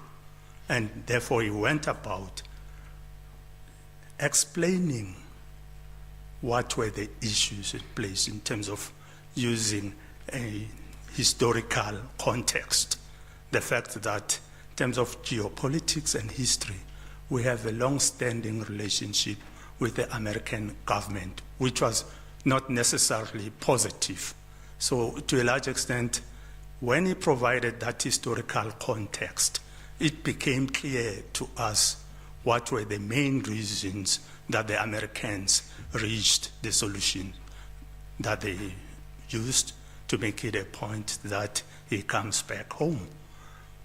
In terms of research output, that could be a good sort of research project for a PhD or for a master's student, but the problem might be now you have to provide the evidence in terms of reaching the conclusion that he reached yesterday. So you do know that in terms of documents that are available, archival materials, you have to dig deep and find out more about this relationship between the liberation movement and the American government, which was not necessarily good, it was bad. At the same time, you do know that President Mbeki is also a source of your evidence, but the problem is he might be leaving us, and we haven't even interviewed him in terms of collecting oral testimonies or oral histories that are linked to the analysis that he made yesterday. But for you, as a prospective researcher and student at the school, that should not be an excuse. You have to make it a point that you come out with a convincing solution. How does that help us? It helps us in terms of what I have on screen here. It helps us increase research output and citation indices. Also, it helps us to strengthen postgraduate enrollment to 20%, let's say by 2030.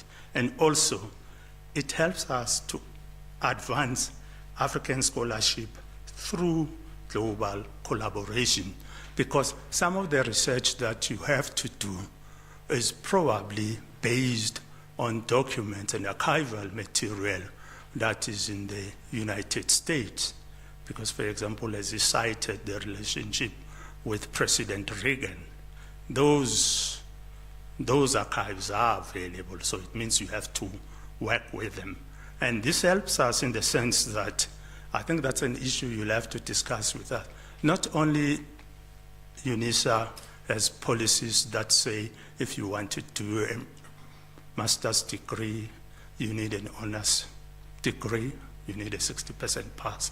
I'm sure I do know that we have exemption in terms of prior learning, we have exemption in terms of mature age students. So those are the issues you might raise with us, because in that respect, most of you here will qualify in terms of registering with us. And also, what do we do as the research directorate? We equip students with knowledge and skills to solve complex African and global challenges. And I use that example of the diplomatic fallout between South Africa and America to make such an example that we have to equip you in terms of analysis. In fact, we also want original research, not necessarily citing newspapers and TV sites, television sites, and YouTube in terms of coming out with those solutions for complex African and global challenges. Also, we do promote excellent postgraduate teaching and research. And when doing so, we enhance democracy, governance, justice, peace, and sustainable development across Africa. because of that prime example I used in terms of the issues that were discussed last night, the reason why we should embark on such a research, we're not necessarily fighting against the American. What we are doing in terms of addressing that issue, in terms of the fallout, in terms of diplomatic history and international relations, what we are doing, we're talking about issues related to governance, justice, peace, and sustainable development. And also, we want to align initiatives with the United Nations Sustainable Development Goals. And furthermore, if you look at this diagram, how are we going to achieve that? One, we're going to achieve that by encouraging interdisciplinary, multidisciplinary, and transdisciplinary action-based research.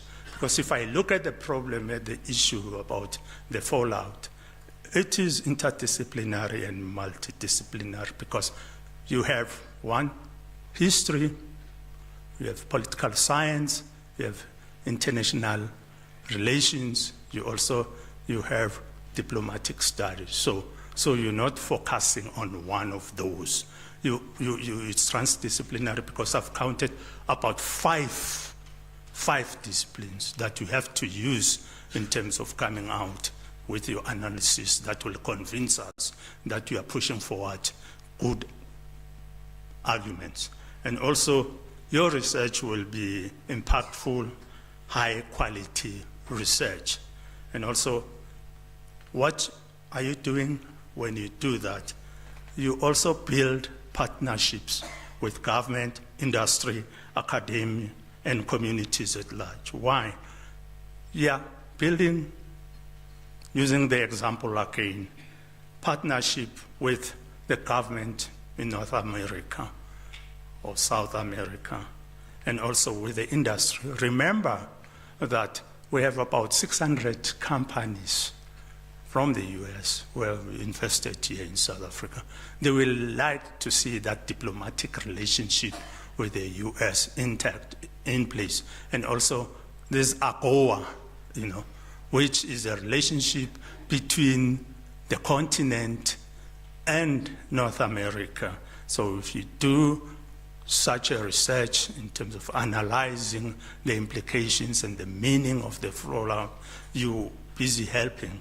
And also the communities at large benefit because in terms of those Americans, companies, the more than 600 companies that are here, they provide employment to our people. Can you think about it? Because of the fallout, if they disinvest and leave these shores, it means, therefore, in terms of labor issues, we suffer the consequences. But at the same time, as a country, we should not sell ourselves short because we're looking at that issue only, because also that issue also has to deal with our pride and confidence in terms of making meaningful impact into the geopolitics of the world.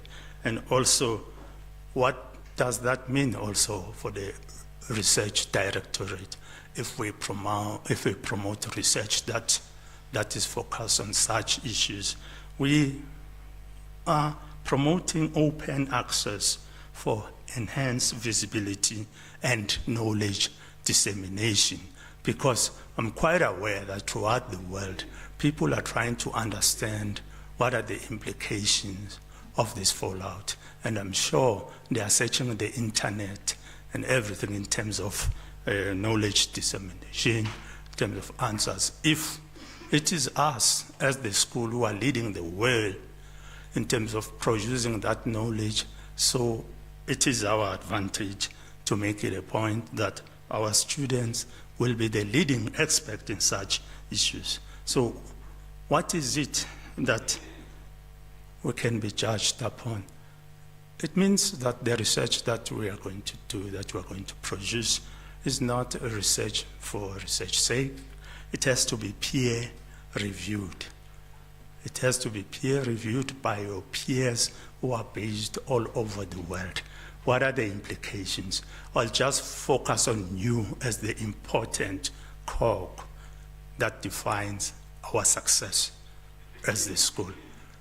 It means that when you do your research dissertation as a master's student, and if you do your research thesis as a PhD student, yes, there is a difference between a thesis and a dissertation. So that is why I said for masters is a dissertation, for PhD students is a thesis.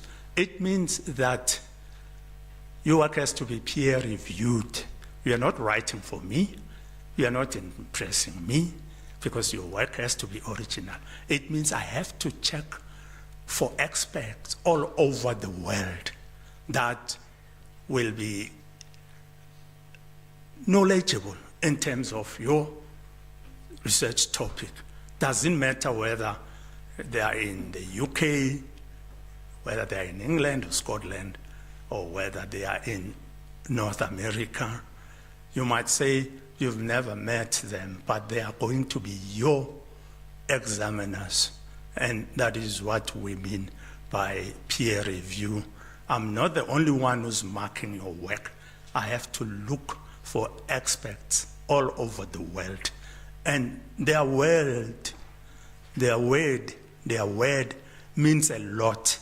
You might not necessarily pass, because if, therefore, it means that your work is found to be shoddy, the person who is your supervisor, I'm also judged.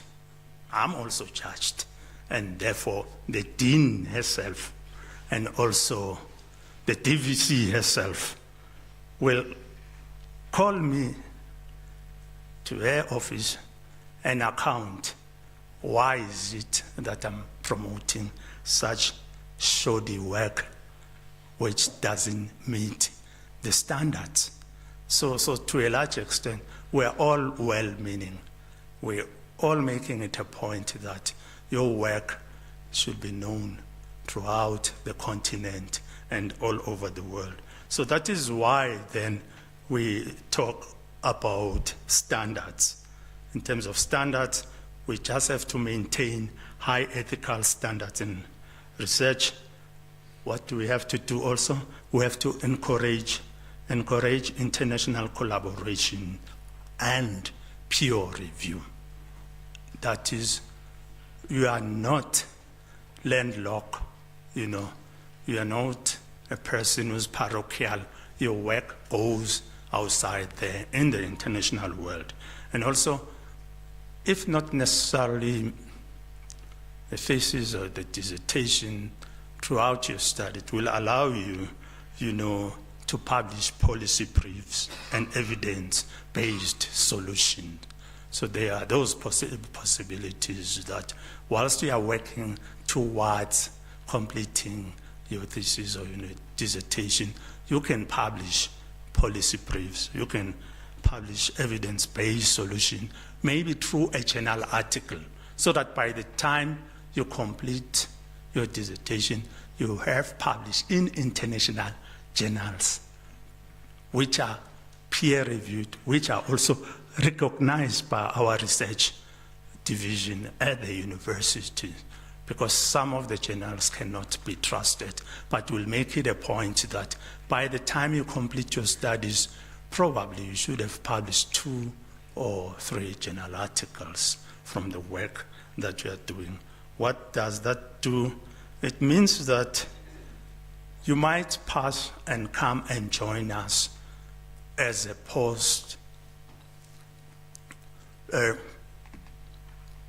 PDF, as a post-doctoral fellows. You remember when we began, we also made it a fact that if you look at this picture in terms of our organogram, we do have post-doctorate fellows who are working with us, and they were there at the back. So in a sense, therefore, you'll be part of us. You'll be able to become postdoctorate fellow who can present, who can publish, and also make it a point that you participate in our seminars. And in fact, our forthcoming seminar that will be presented by one of our postdoctorate fellows will be on the G20. And it includes the fact that South Africa, as you're quite aware, is a country now that is chairing the G20. And this is the first time ever in the African continent that you have an African country chairing the G20. So you're also invited to come and be present, and we'll issue invitations soon. So that is, if you join us and become a postdoctoral fellow after you've submitted and you passed your PhD, you will be assigned such tasks. And also, we're not doing our work just because we are a Thabo Mbeki school. We have to be aligned to the university's strategic plan. What does it mean? It means that at the school, we have to recruit and develop existing academic talent, which is defined by you in the audience. So that is why we are so happy to welcome you, because this is the strategy of the university itself. And it also means that as we are doing that, as we are developing you, as we are recruiting you, you heard my colleague here in terms of making a point that we have to help you in terms of accessing funding, equipment that will help you to conduct your original research and also provide you with technological support.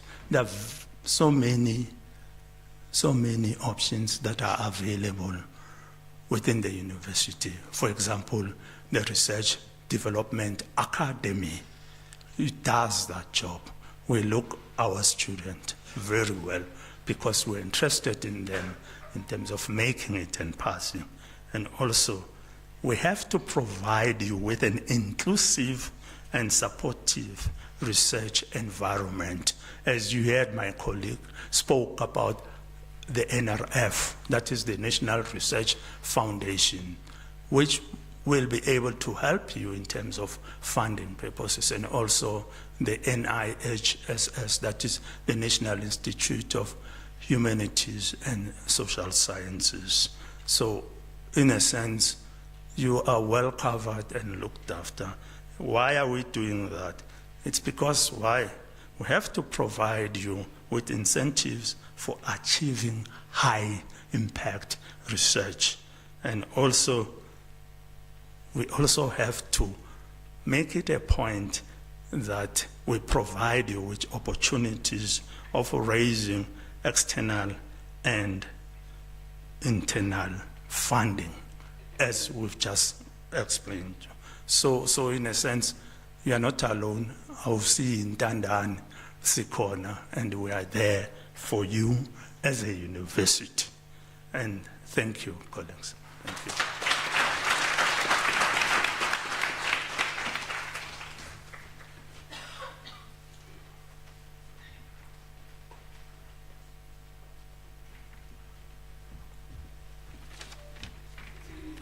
Thank you very much, Prof. Ndlovu. Ladies and gentlemen, we are now going to move to the next segment, which is messages of support from the Acting Director, Department of Art and Music, as well as one of the TM Schools alumni. I'd like to call to the podium Professor Thomas Puli, and then immediately after him, Mr. Cletus Sufri. Professor Puli, on behalf of the registrar. Prof. Puli.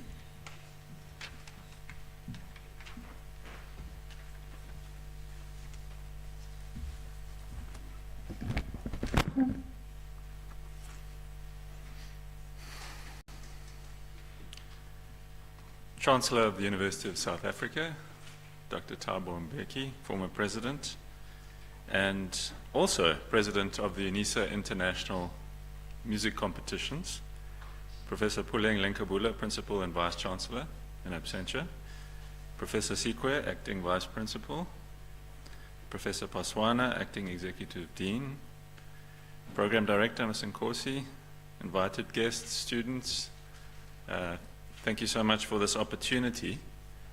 I am addressing you on behalf of the Registrar's portfolio. I serve with the two acting deputy registrars and the acting registrar in the executive committee as the acting director of music. At Unisa, the registrar's portfolio manages many critical functions, most of them happening in the background, which you may not be aware of, but which are essential to your registration and ultimately to your graduation. Some of these functions are Student Communication and Service Center, Student Admission and Registration, Student Governance and Development, Student Assessment Administration, Records Management, Regional Services and Graduations, and of course the Directorate of Music. We are therefore visible along almost the entire student walk, from the admissions process all the way to the graduations office. When you come to collect your certificate, if you're not at graduations, you will come to our Tambo Level 5, and that's where you will find it. Consequently, our day-to-day activities include engagement with students and other stakeholders, management of student expectations, and also the creation of the environments that facilitate academic work rather than simply chasing your administrative needs, which we try to keep to an absolute minimum. Now, when you're searching for a home, they say location, location, location. And I say this because we are, of course, speaking about the Thabo Mbeki African School for Public and International Affairs, with the emphasis on international. Here in Pretoria and Tshwane, we have one of the highest concentrations of diplomatic missions, of embassies, of consulates in the entire world, in fact. And that's very significant for Unisa. For example, earlier the Dean called on me to speak briefly about this, and I should say that Unisa takes full advantage of this location in many respects. We engage very closely with embassies. We have many relationships, whether it's with other institutions abroad with MOUs, or whether it has to do with things like our international music competitions, bringing together cultural affinities from across the world. Now, since many of you are going to be studying international affairs and diplomacy, we hope that you will make use of these kinds of opportunities, whether they're cultural, whether they're political, whether they involve research or traveling abroad. Now, every student we meet at Unisa comes here to succeed. No one's here to fail. Everyone is here to make success of their journey. And really, it's the goal of the registrar's portfolio to provide you with the necessary services to ensure that you are properly enrolled, and that you also have access to the necessary resources. And these may also involve extracurricular or co-curricular activities. We also offer things to ensure that you have a social dimension, that you make connections that are with you for the rest of your career. And you can do many of these things by engaging with us at our regional centers. All of the regional centers across South Africa are part of the registrar's portfolio. So the support that you get through that, we are at the coalface.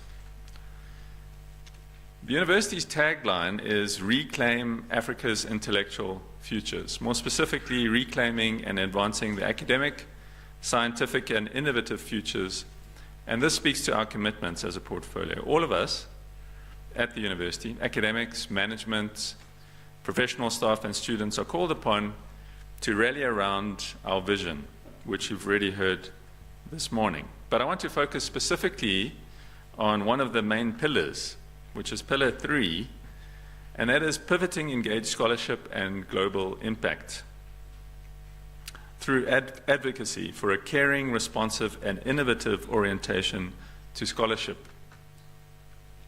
This kind of scholarship is a catalyst for democracy, socio-economic and environmental change, and enhanced social accord. Against this backdrop, The main objective of this pillar is to create and mobilize high-impact, engaged scholarship for national, continental, and international development outcomes.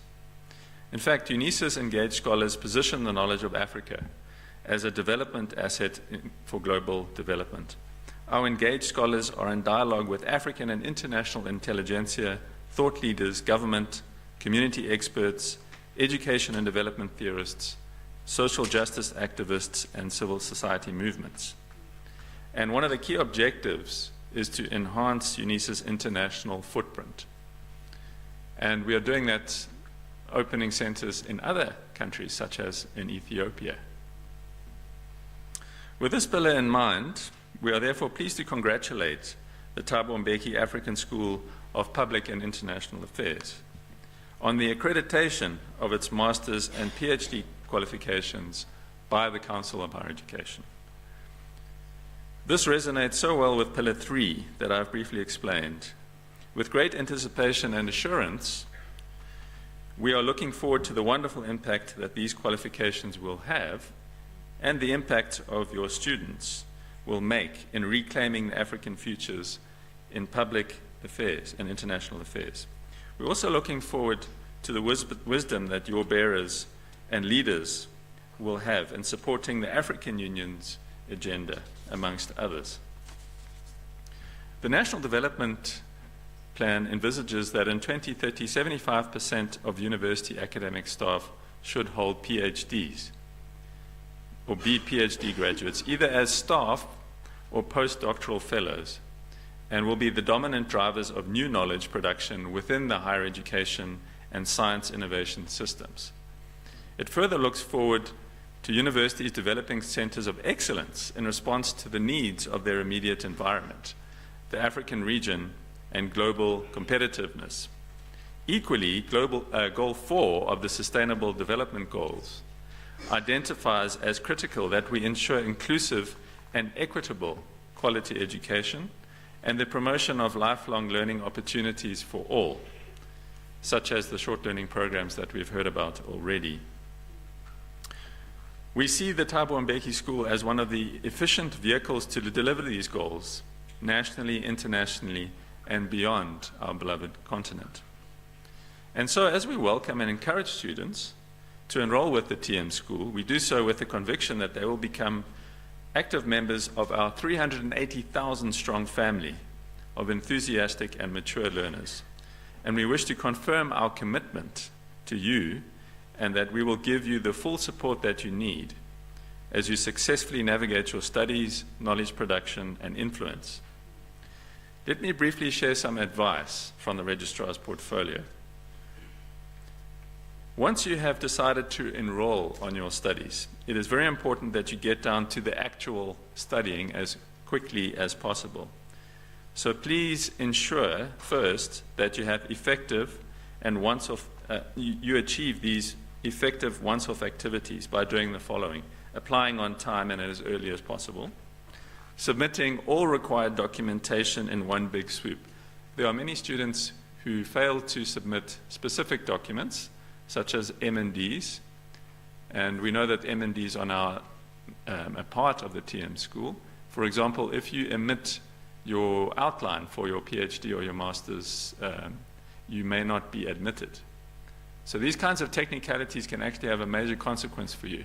Make sure that each and every document that you need is included. And if you get a query from somebody who's trying to assist you with that process, please respond timeously so that you don't miss a deadline. Don't be shy to follow up on your application. We do offer support. You can come face-to-face at the regional centers here in Sunnyside. If you are in other places, you can also do it online. Register promptly and meet your registration requirements immediately. Secondly, please know the rules and expectations. In many instances, the answers to your questions may already be contained in the information shared with you, but our advice is always that students go through all the details sent to them in their application, following their registration, and included in tutorial letters or online. Now, the one golden rule which we like to emphasize is persevere. And I'll repeat one of my favorite sayings, which is, water wears down the stone not by force, but by constant dripping. Think about that for a minute. Even the mightiest stone will be hollowed and overcome through gradual hard work. Take that to heart in everything you do, and you will succeed no matter.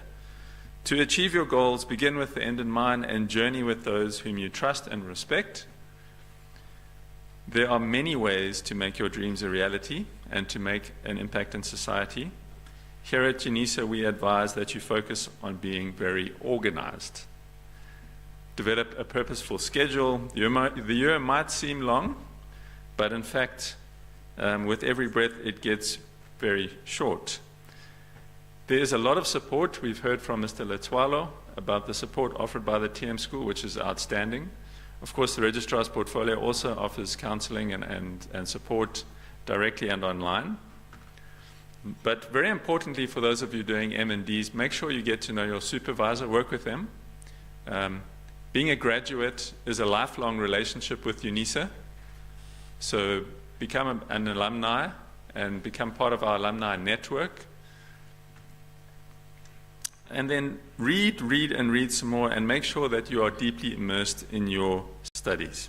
So with this in mind, I'm delighted to state unequivocally that on behalf of the Registrar's Portfolio, we support the TM School, and that whatever expertise lies within our space and influence, we will dispense to the benefit of the school and to all its students. Thank you very much.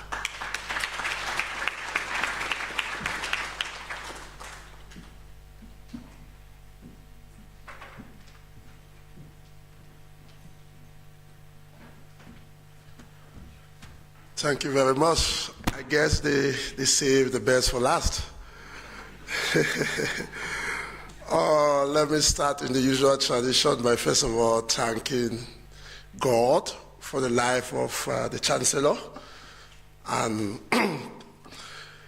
President Mbeki, and of course to go in the number of thanking the Vice Chancellor, the Deputy Chancellors, all professors, my colleagues, all protocols, duly respected, ladies and gentlemen, good afternoon. My name is Cletus Soufri. I personally flew in from Cameroon. I was born in southern Cameroon. And I said we are coming to be part of this history. We've waited for the accreditation. Mr. David, let me correct you a little. We've waited for 15 years. We've waited for this moment for 15 years. When we came in at the World Cup 2010, I was working for MTN at the time. I was young, I was slender, I wasn't this big. It was at the FMB Stadium when we heard about Thabo Mbeki School of Leadership, African Leadership. Then we took a detour to Unisa, this hall, the bigger one, and we heard about it. And immediately, amongst me and many others, we joined, we registered. So standing here, I'm representing more than 2,000 Timali alumni who said, please tell them that we are happy for the accreditation and we want to join. Personally, I did good governance in Africa and taught leadership in Africa. I've got colleagues here, please can you just stand? The agent Zukisa and agent Rapele there. We have now graduated not just Timali alumni, but we have called ourselves Pan-African Renaissance agents.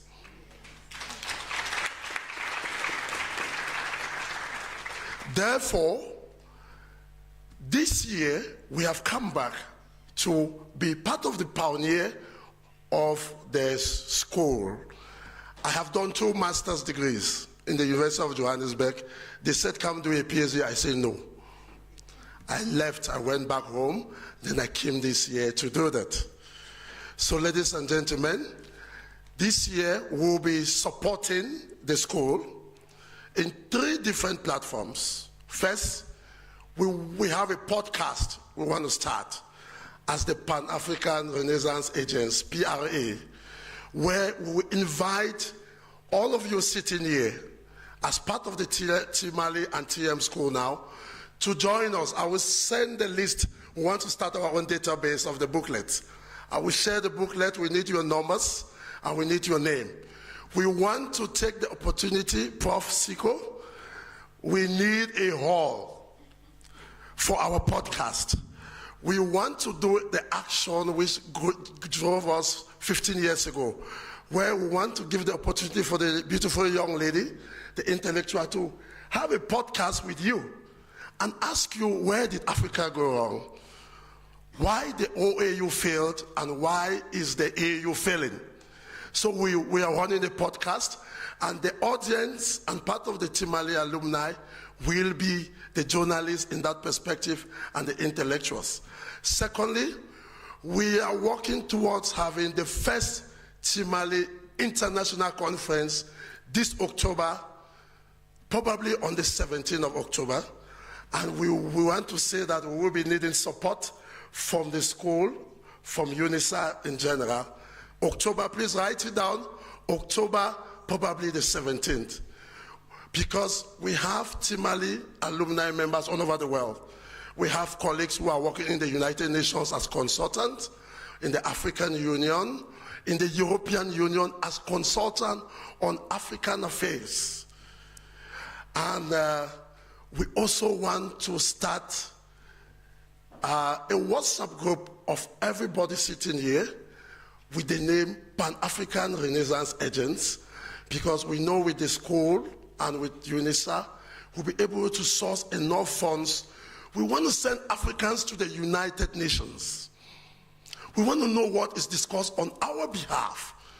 It is shocking that since 1945, we have not had one seat at the United Nations Security Council. As a whole continent, we make up more than 25% of that council of the United Nations. And that's my thesis for the TM school. So, Prof, my thesis is ready. Fortunately for me, Professor Paswana is my supervisor, and I can't wait for SACWA. We need to tell us when SACWA is giving us their accreditation. We can't wait no more. So, ladies and gentlemen, there's a lot of joy all over the world.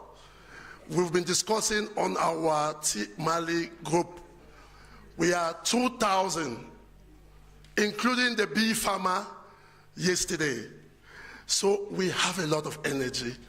We are not going home. We've got people here who are in South Africa now, from Kenya, from Ethiopia, from Nigeria. They want to register. So, ladies and gentlemen, Timali is alive. The TM school is alive. All we need is the SACWA registration to keep it a go. So as I conclude, one great man said, do not follow where the path may lead. Go instead where there is no path and leave a trail. Thabo Mbeki has left a trail. The professors here, we started with Professor Gumede, then Professor Vinkomo, then Professor Paswana as the deans in those orders. So we are ready to get in and be in that pioneer batch. Please join us. I will send the list, and we have a lot to help these intellectual ladies and gentlemen here to grow the school and to grow the university and to grow Africa. Amandla! Amandla! Thank you very much.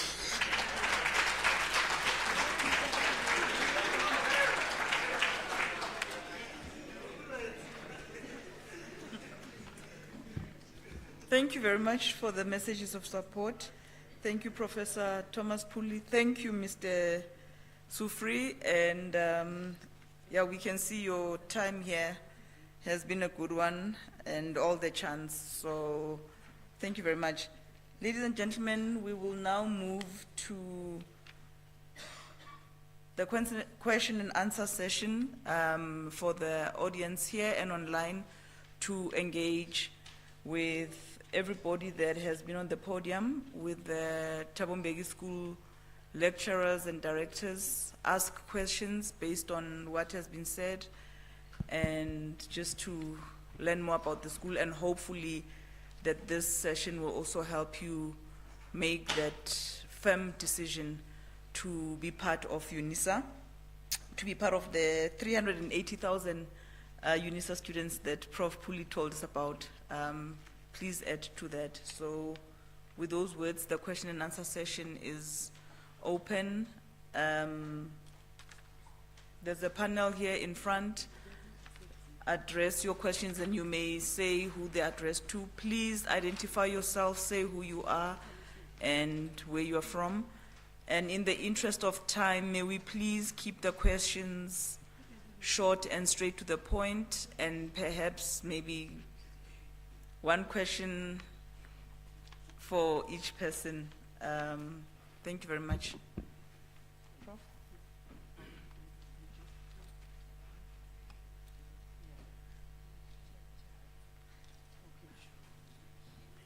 Okay, and what we will do, we will take maybe 5 questions at a time and then have them answered, and yeah, just like that. So if I can have hands.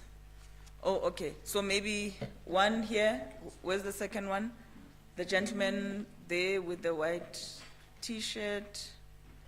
The lady in black, 3, 4. Okay, and 5 over here. And then we'll take the next round. So 1 here, 2, 3, 4, 5, and then we'll come back to you again. Thank you. Thank you, program. Hello? Is it fine? Yeah. Thank you very much. Thank you, program director. Thank you, program director. I'm a prospective student. Just press this. It's working. My name is It Tem. works. Can you take the mic and let him press in front of you? In front, sorry. In front of you, press. Oh, this one. Yeah. Thank you very much. Am I audible now? Okay, thank you very much. I'm a prospective student. My name is Themba Mfene. I do not know whether this question is going to be fair to be directed to the audience, because I've got particular interest in the simulation and futuristic studies. That presentation has not been made. But I want to understand whether, given what we've been informed now with respect to the police analysis and international studies, whether that element is still going to be spoken to, or is not yet, that particular area has not been yet been recognized.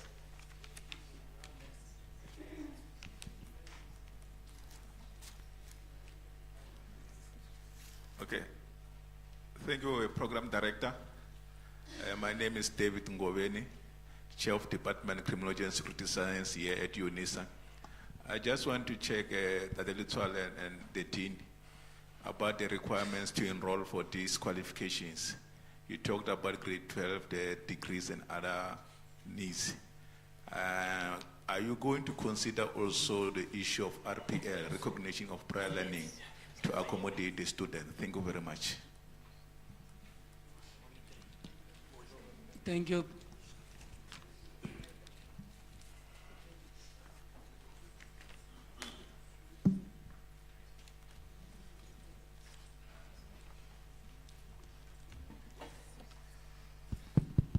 No, thank you very much. Good afternoon, all. My name is Peli Sangunjana. We welcome the presentation. What I can say, I'm very happy because we've been long waiting for this opportunity.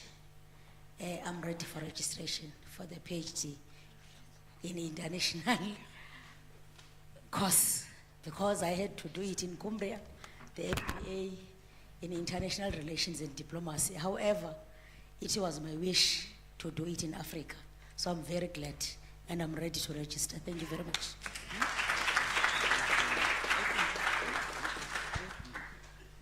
Thank you, Program Director. It's Dr. Mashudu Mbezi.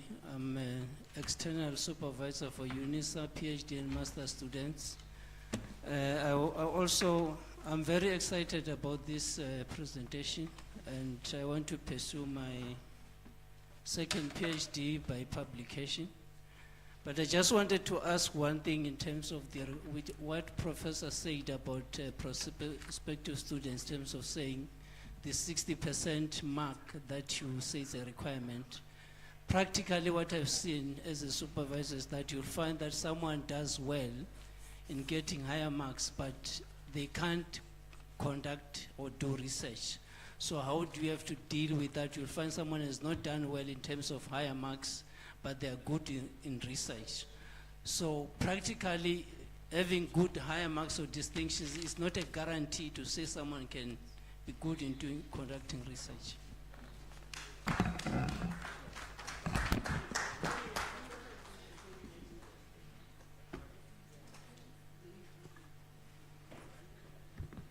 Oh, and the last question for this round, gentleman over there.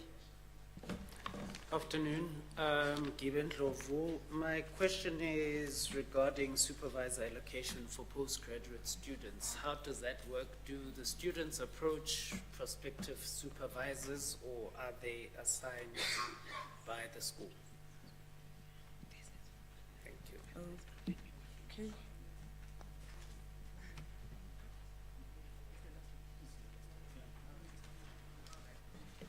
Thank you very much for your question. Can you hear me? Yes.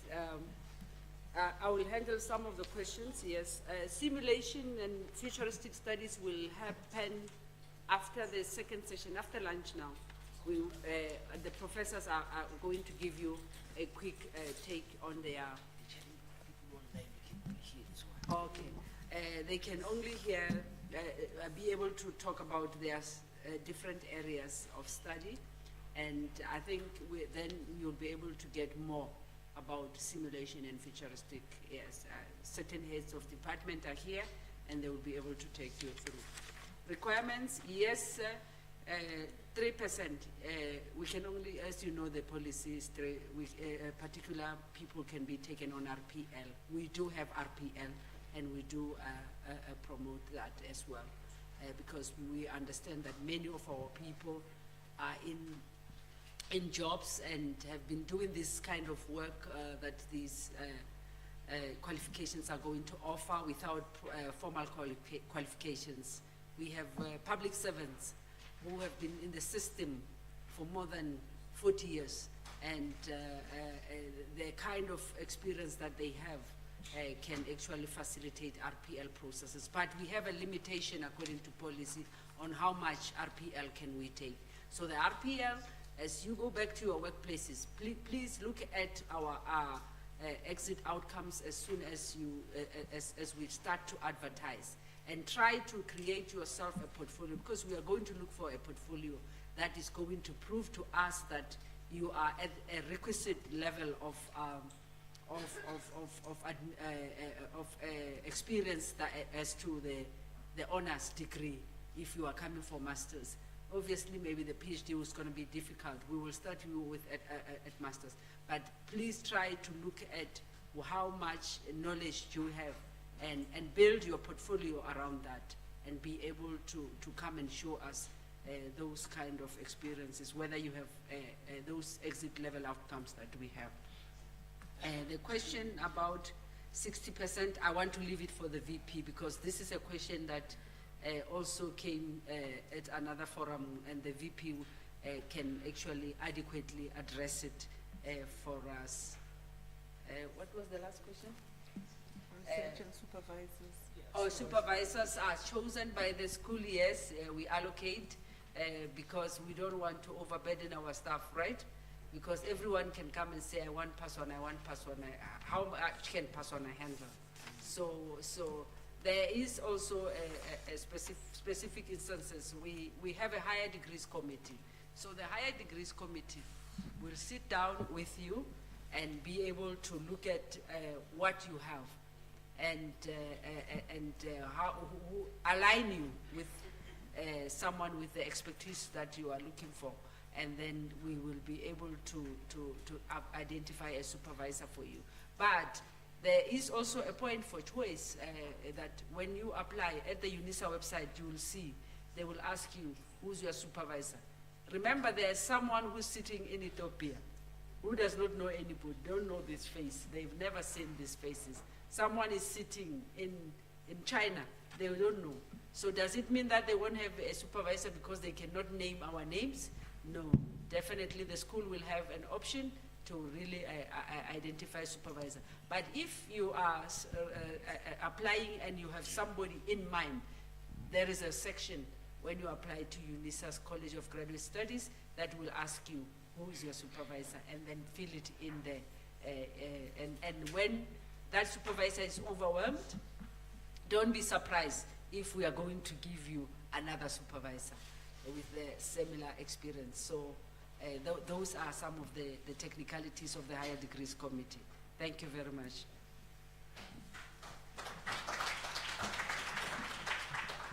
Okay.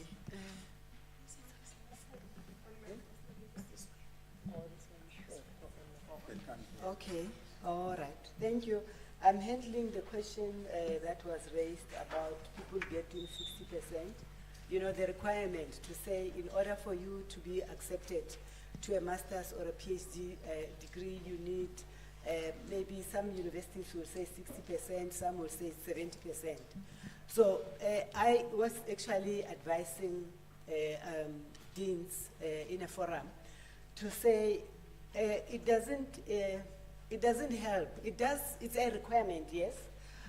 Our like DHET, CHE, our quality assurance bodies require that there should be a criteria that is set. So the criteria will usually be that 60% or 70%. But institutions have the right and the authority to use their discretion to look at the proposal, because you interview the student, you look at the proposal of the student, and then you determine whether this student, when I look at the proposal and the percent that he or she got from the honors, can the student be accepted? So we really need to apply our minds, otherwise we close doors for people who have the potential to be postgraduate students and who can do very well because of that entry requirement. And as my brother has said, really some people are good at getting that 60%, but when coming to research, and they struggle. And also the school will also have a research methodology course.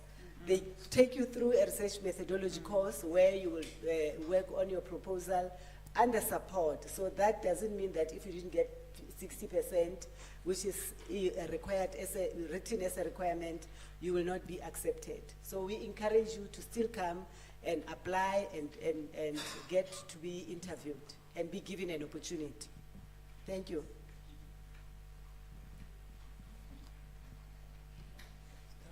Okay, I think the first round was answered. Can we take the second and last round of questions before we break? May I also ask if there are any questions online, so that those can also be addressed? I don't know if people have written in via chat so that we know if someone can read them out. But the second round of questions, again, we'll take 5, and then, okay, number 1 there, noted. Number 2, number 3 with the gray hat.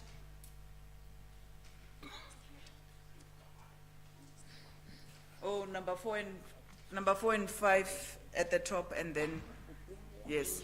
Okay, so 1, 2, 3 with the gray head, 4 and 5 at the top. Thank you. Remember to state your name and be brief in your question, and maybe say who it's directed to. Thank you.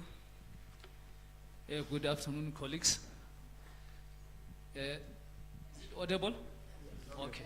Thanks very much to organize this kind of event. I'm Isaac Munyela, a former Timali student. My question is relating to RPL. I've got colleagues who are working in Tobela FM in Limpopo as a radio station. And then as I assist them based on the topics that they use on their different topics. And then they requested me to find out information regarding the process of RPL. And then last week, I think, if I'm not mistaken, when we're analyzing the budget speech, I was here, and then I was directed to the School of, I think it's Management Sciences. So they gave me contact of Bennett, I think is in Dambo, if I'm not mistaken. But we sent some emails, I think has been more than 2 weeks.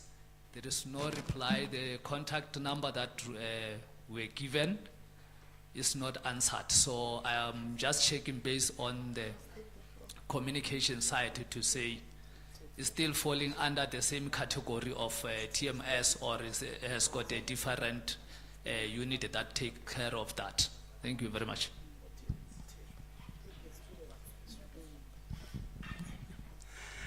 Good afternoon, leadership of the institution, and good afternoon to colleagues. Let me just say, all protocol observed. My name is Lutando Gilbert Buso. I just want to ask just a small thing. Let's say I have done advanced program in dynamics of peace and conflict in Africa. Now I have acquired this qualification, and say, okay, I just want to go straight to the fire now. Can the university assist me to go to DRC, Sudan, and so that I can translate my theory into practice? Thank you.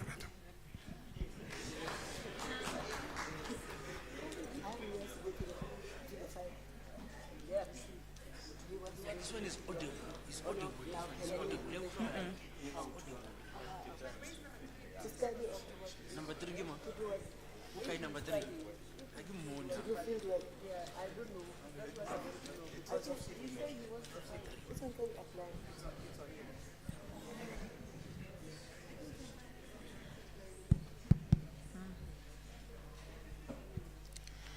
Good afternoon to all. My name is Owam Boyser. I'm currently a law student at Unisa. I'm going to speak on experience. There's 3 members in my family. We all registered with Unisa 3 years ago. 2 of my family members have encountered an issue which actually now has hindered their trust with the institution.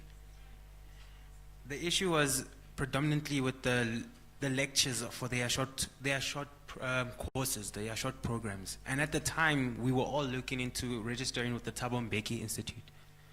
Now, my question to you all is, how do I go back home from here and rekindle that flame within them and reassure them that they won't encounter the same issues which they encountered before in terms of lectures and professionalism, and also in the sense of if they are to send an email today or try to get hold of their lecture today, feedback would be prompt and on time, not delayed. Thank you.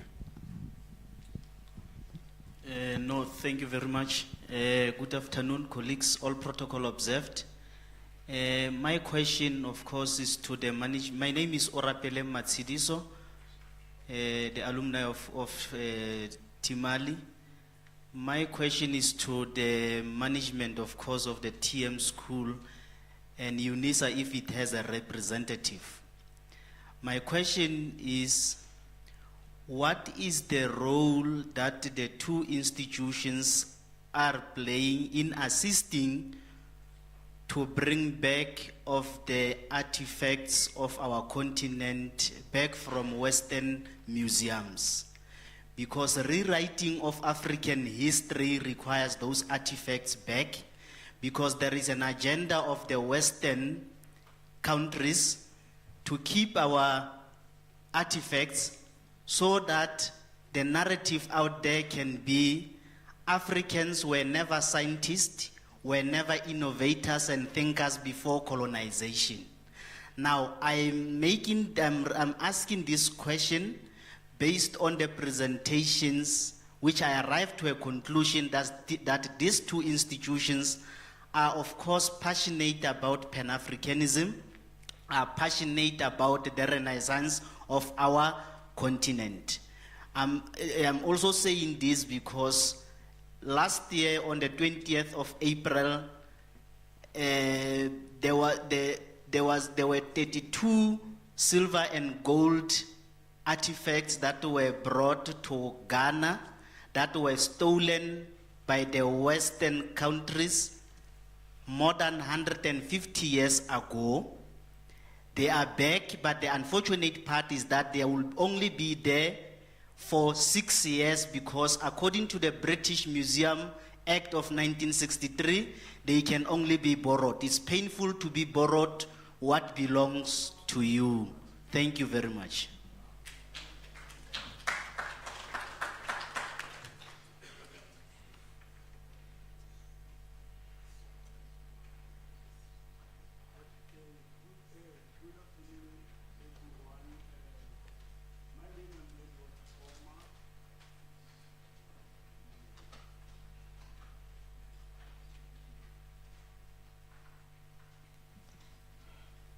My name is Edward Choma. I'm the product of Timali. I did thought leadership for Africa's renewal. My question is, I just want to know when are you going to deploy the product of this institution to maybe to AU, and in order to know how to solve the problem within the African continent regarding the conflict.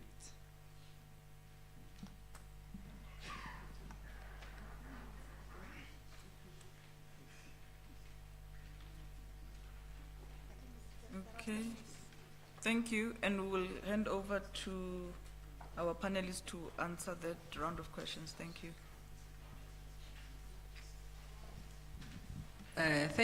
Thank you very much for the questions. Let me start with this first one of AU, this last one, which was around AU. I think one of the things that we have always emphasized when you walked through the doors of Timali at the time when it was Timali was that we expect you, after having gone out of the programs, to be able to start and initiate this change.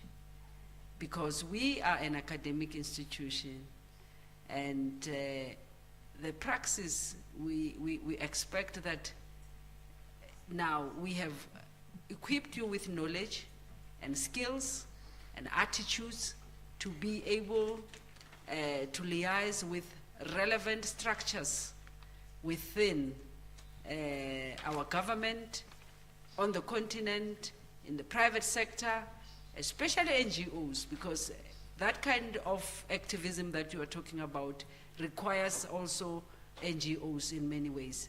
And we believe that you will be able to go and agitate in those spaces.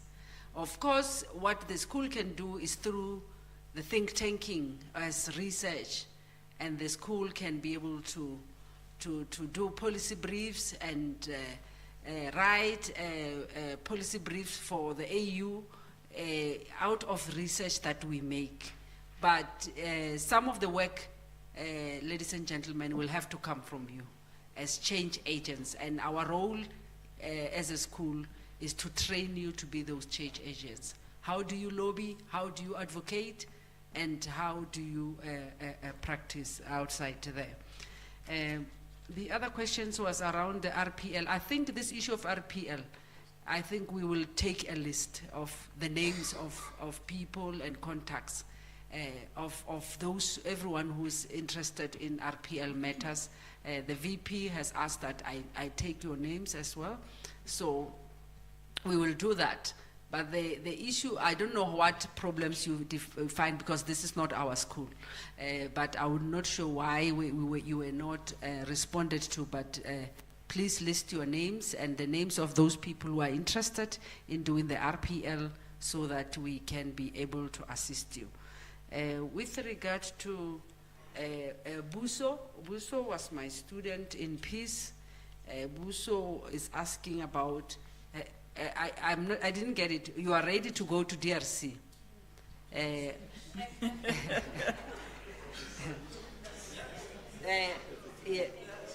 it's field work of your research and you are registered with us, perhaps we can be able to help with supervisory support, bursary. Yeah, but then if you are going to fight, we are not supportive of that. But what and your interest is in studying the DRC. Yes, and that's that we will also see how we can help you with NRF and other applications so that we can fund you. So I think there are many, and we are ready to go to the different embassies.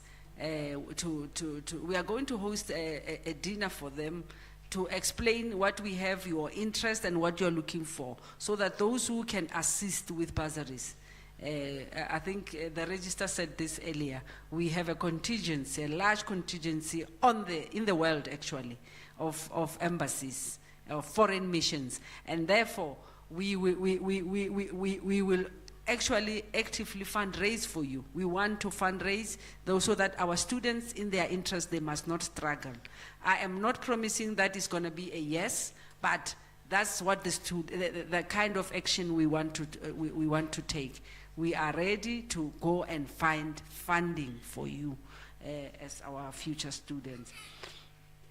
The other question was on professionalism. How do I convince my family that at the TM school, we are very responsive. Any one of you in this room who have studied with us, let me see by show of hands, who have studied with us in the past and talk about responsiveness. Yeah, at the TM school, I know ourselves to be responsive. And if you have experience, anyone who have experienced, or those who have registered with us and have experienced delays and lack of professionalism, just raise your hand. Don't be shy, because this is how we improve our services to you.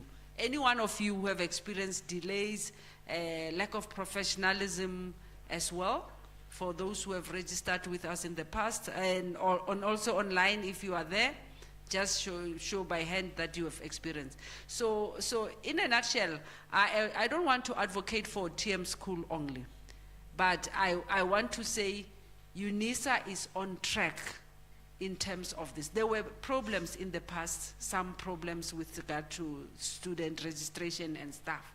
And I can assure you that that problem was arrested through the JOC, Joint Operation Committee that the Vice Chancellor put in place. And I'm going to allow the registrar to talk a little bit more about that, because that thing, I know it was a problem at the past. So you can assure your family that the situation that you experience, perhaps, I don't know, maybe those where they were registered is where the problems were.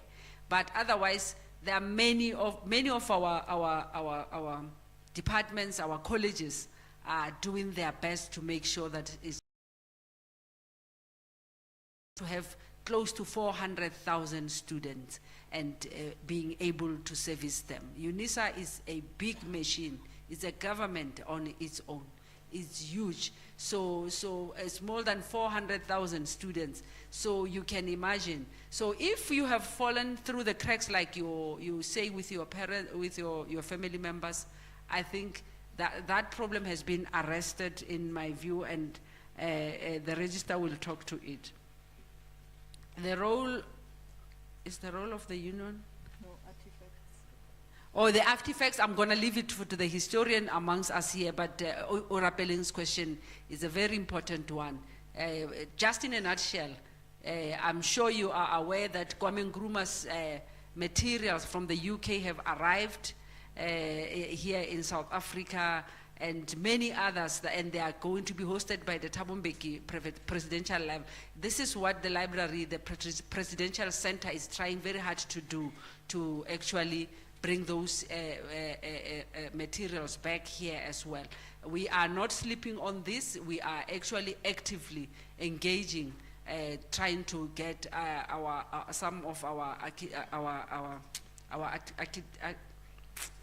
artifacts, sorry, I nearly said architecture, artifacts back into the country. Prof. Ndlovu, who's the expert historian and also the head of SADET, perhaps we didn't introduce him. He's the head of the South African Democracy Education Trust, and he's the one who's writing The Road to Democracy, all the volumes, and he can be able to speak to this as well. But the school, or the foundation in particular, the foundation is working very hard to get those material back home. And the center that is being built in Kilani will be able to host some of those. Even this year, our Africa Day won't be here at home. Our Africa Day is going to Tanzania. We are in partnership with the Julius Nyerere Foundation. So that work is being done of making sure that we house all those materials that are brought. But in reality, when President Mbeki was in charge in 1999, he enacted what is called the Heritage Resources Act. It means now that the South African Heritage Resources agents, of which I was a chairperson of the council around 2006, is responsible for larger issues that have to do with repatriation. And the issue of Sarah Departmental was the one that they were responsible for, and other broader issues. So they are the ones who do that. And if you check their act in the internet, they'll explain everything that has to do with also what you have said. And also they do engage and do welcome the public to be in touch with them regarding such important act. So it's an act of government, and also the Department of Sports, Arts and Culture are the ones who are funding and controlling SARA. So besides what we have done in terms of the archival material, they do everything else, and they exist. You can approach them also. So I think that.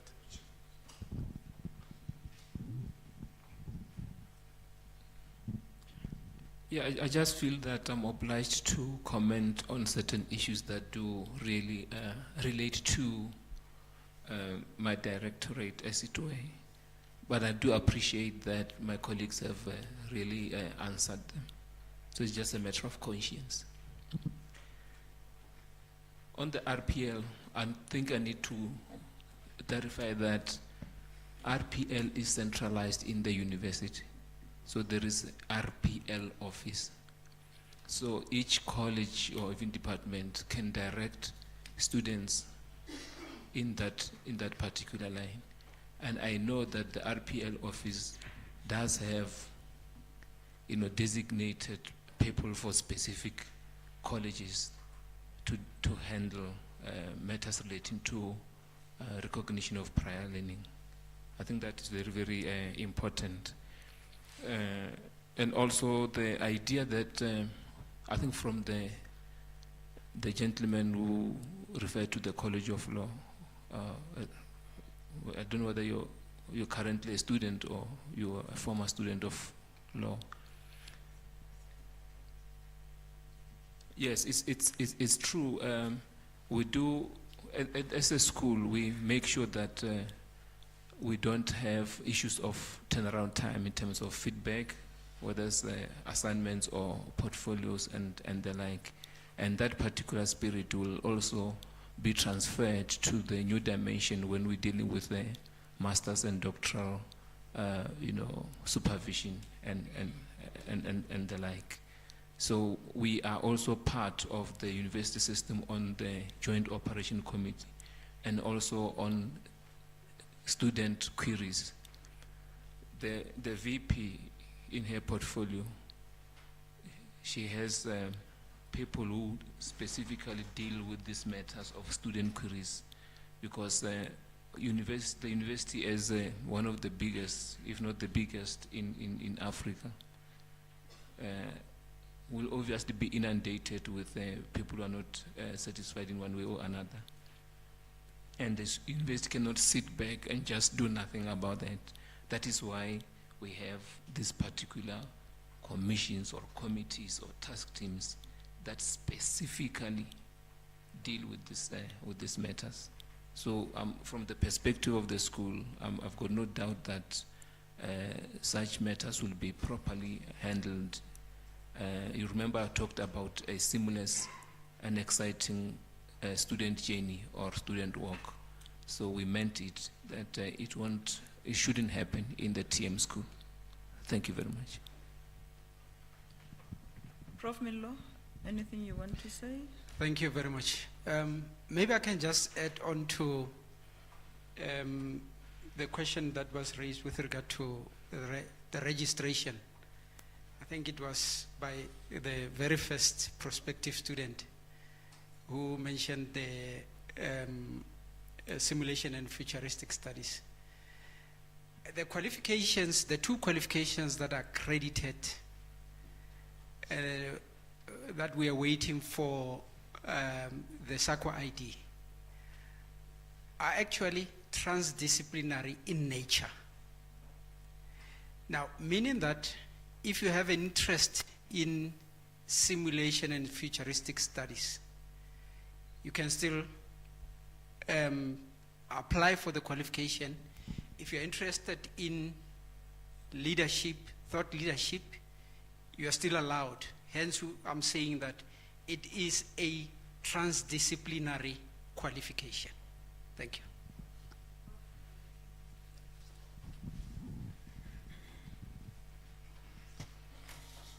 Thank you. In response to the concern raised about student support, just want to mention three things. First of all, that the Deputy Registrar, Professor Mogashwa, meets every week with this committee and all the senior managers and administrators to address any structural issues, concerns, so that there are no delays. This is really a major priority for the Registrar's portfolio. But furthermore, in terms of student support, the academics, I think that's what was raised initially, was how academics are responding. First of all, during the semester, lecturers are required to have real-time engagement with students on a weekly basis, which wasn't always the case at Unisa. So lecturers actually schedule times when they will be available either to lecture or have Q&A or to have almost like office hours.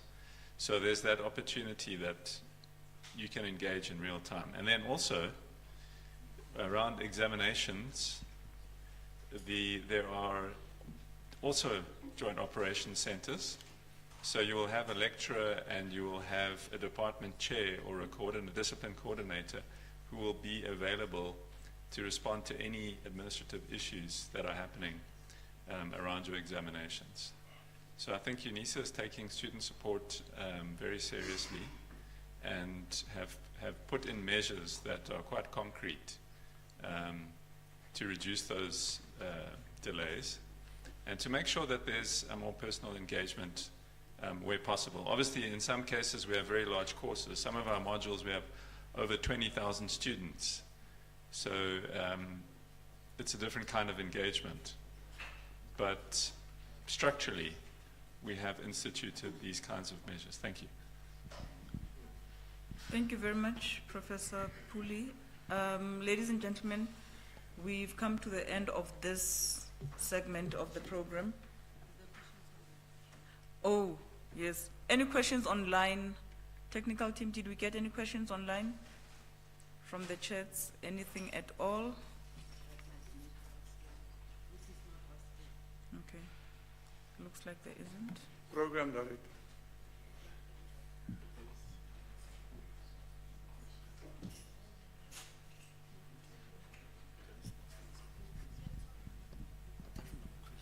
Any questions online? There aren't any. Okay. We're going to break for lunch, and the lecturers, all the professors from the school are here. Can we please engage outside? It's a 20-minute break. Can we please come back here when we're done? Because all the lecturers, Prof. Antoni, Prof. Mkize, Prof. Charlotte, Prof. Miller, I don't see Prof. Bakeng, will present their programs here, but you are free to ask questions outside. May I please ask that you allow our VP, our acting executive dean, our directors, Professor Puli, and our invited guests to leave first, and then the rest of us can follow afterwards. Thank you very much. May we please come back here in 20 minutes at 2:10. It is now 13:50. Thank you, ladies and gentlemen.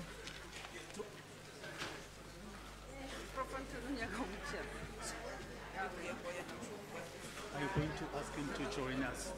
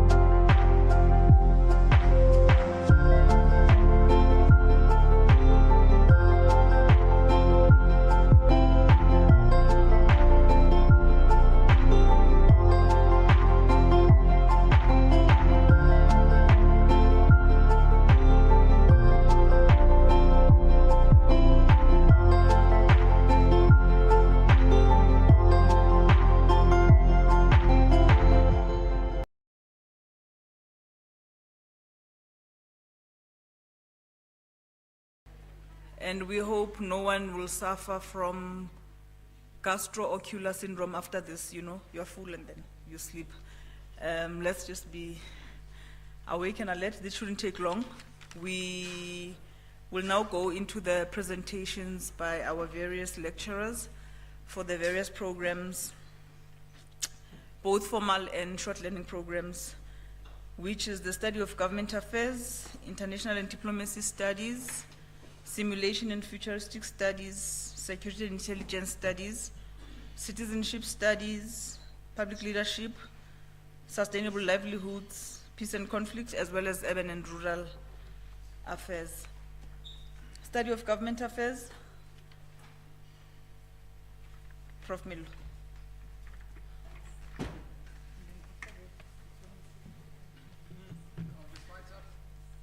Thank you very much. Yes, indeed, this session is going to be much quicker because each one of the academics that you see are just going to give a broad overview of their focus areas.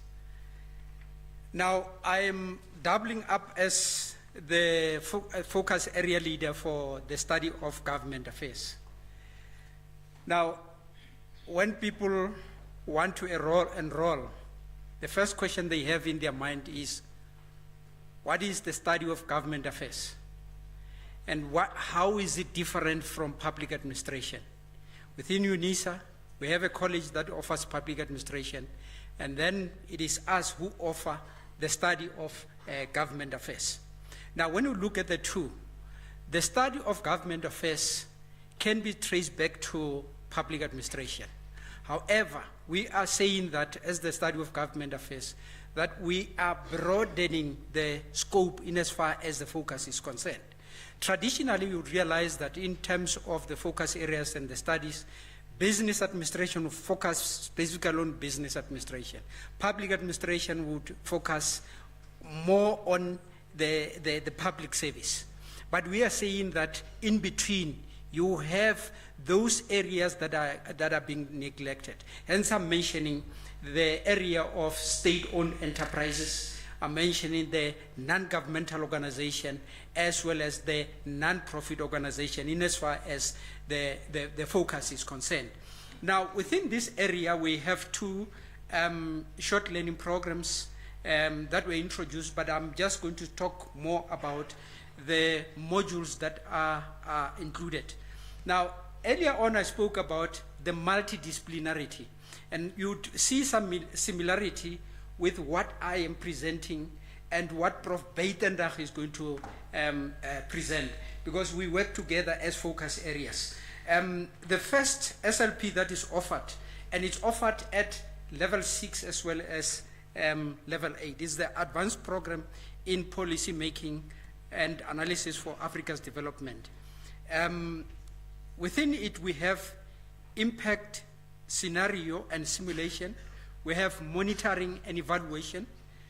We have comparative policy and regime thinking. And then we have the cost-benefit analysis. Most of these modules, yes, we would find them in Prof. Beitendach's short learning program. And in fact, she's teaching in my focus area as well. And then we have the advanced course in good governance, again offered at level 6 as well as level 8. And within it, we have good governance concepts and principles.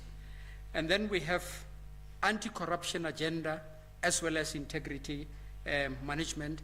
And we have the role of good governance in civil society and human security. So that is, in a nutshell, what we're offering within the study of government affairs. Over and above this, you can enroll within this study of government affairs to do a master's. You can enroll to do a PhD as well. Thank you very much, Program Director. Thank you very much, Professor Milo. I forgot to mention that after this session, there will be a question and answer session. You'll be able to ask for clarity and for more info from the various professors that are here. Next up is International and Diplomacy Studies, Professor Anton van Niekerk, as well as Professor Mkize. Thank you. Can I use this thing?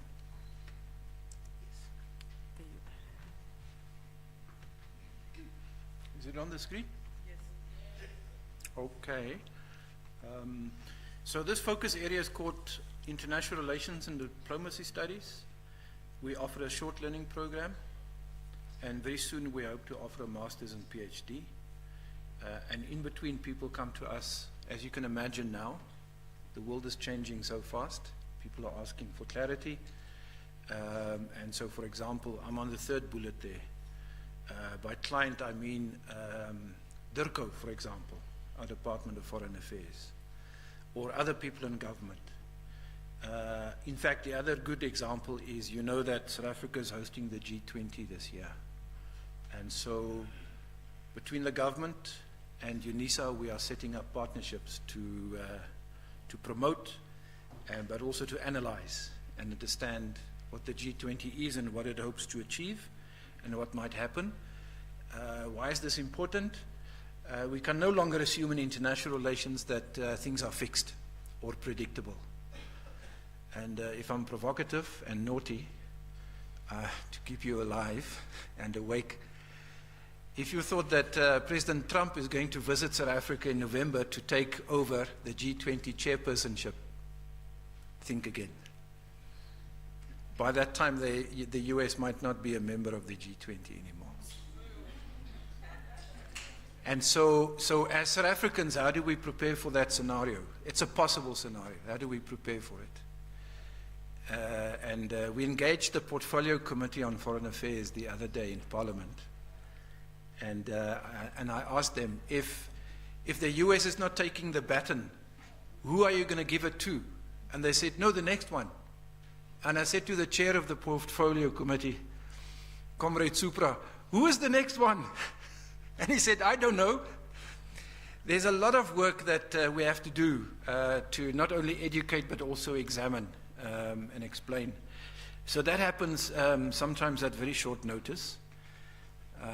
In fact, for those of you who attended last night, you saw there was a row of ambassadors sitting in the front, and I've got an agreement now with Ambassador Welile Hlapo, who was one of our ambassadors in the US at the time. He was also a national security advisor, very briefly, for one of our presidents. He says, we know a lot, and we're prepared to share. And I said, the first thing to do is, why don't you come and present a masterclass in diplomacy and protocol for all of us at Unisa? Because can you imagine, you see my valued comrades and compatriots sitting here at the table who are drinking water. They're drinking water out of plastic bottles. There are no glasses. You can't receive a president or an ambassador representing a significant country if you don't get the protocol details right. So there's a lot of work in our area that I think we want to explore, and we're going to invite all of you. This is not a comment on you. Enjoy the water. We went to, one of these former ambassadors and myself, we went to Rustenburg to do this masterclass in diplomacy and protocol, because that, is it a city or a town? Rustenburg, a city. It's a town. They say they receive high-level delegations from the East who wants to invest in mining. Then they entertain them in a room like this, and then they don't know what to give them, or how to greet them, or what clothes to wear, and what food they eat, and what language. So then I realized the school needs to improve on that third bullet. So on the first bullet, we have a short learning program in diplomacy, which I'm going to ask Professor Mkize to quickly explain. There are 3 modules there. And then, of course, I can't say much about the master's and the PhD, except to say that we are ready to take questions. If you want to do a master's or a PhD in international relations, broadly speaking, then you can see there who might be able to supervise you. And then Professor Ida said we might source other supervisors if necessary. And all depends on the topic, on your research topic, and the story that you want to tell academically. So I can't tell you now what it is that we can do for you. You must come to us. And what let me end on this note, more informally. I say to prospective students, some of them are in the room, no, I've worked for 30 years in this department, I know all of these secrets, I want to tell a story. I say, no, that's fine. Give me a 3-pager. Tell me what is the problem. Tell me what you see in the literature. Show me a little bit of your research approach. Do you want to interview people? If you work in intelligence and national security, you're not going to interview people. You need to find the data in another way. There are people in the room who know this. And show me some of the sources, your bibliography, to show me that you've started to go on your journey. I will then advise. And I can see from that 3-pager very quickly, this one is on the right track, or maybe she needs a bit more background. And sometimes we refer some of our students back to an SLP to pick up some of that basic knowledge. So that journey is best explained in a one-to-one setting, and I'm very happy to do with anyone. Professor Mkhize.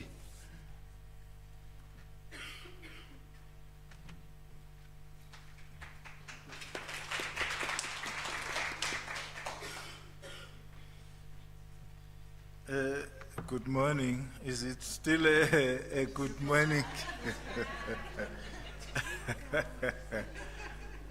I will stand on the protocol as observed by my colleagues. Professor Madikizela, as indicated, I think I will touch briefly on what Professor van Niekerk did not touch on. The modules that we have on the SLP program that we have currently, because I know some of you might be interested in doing the short learning program. We have 3 modules in our SLP, diplomacy studies. One is diplomatic practice.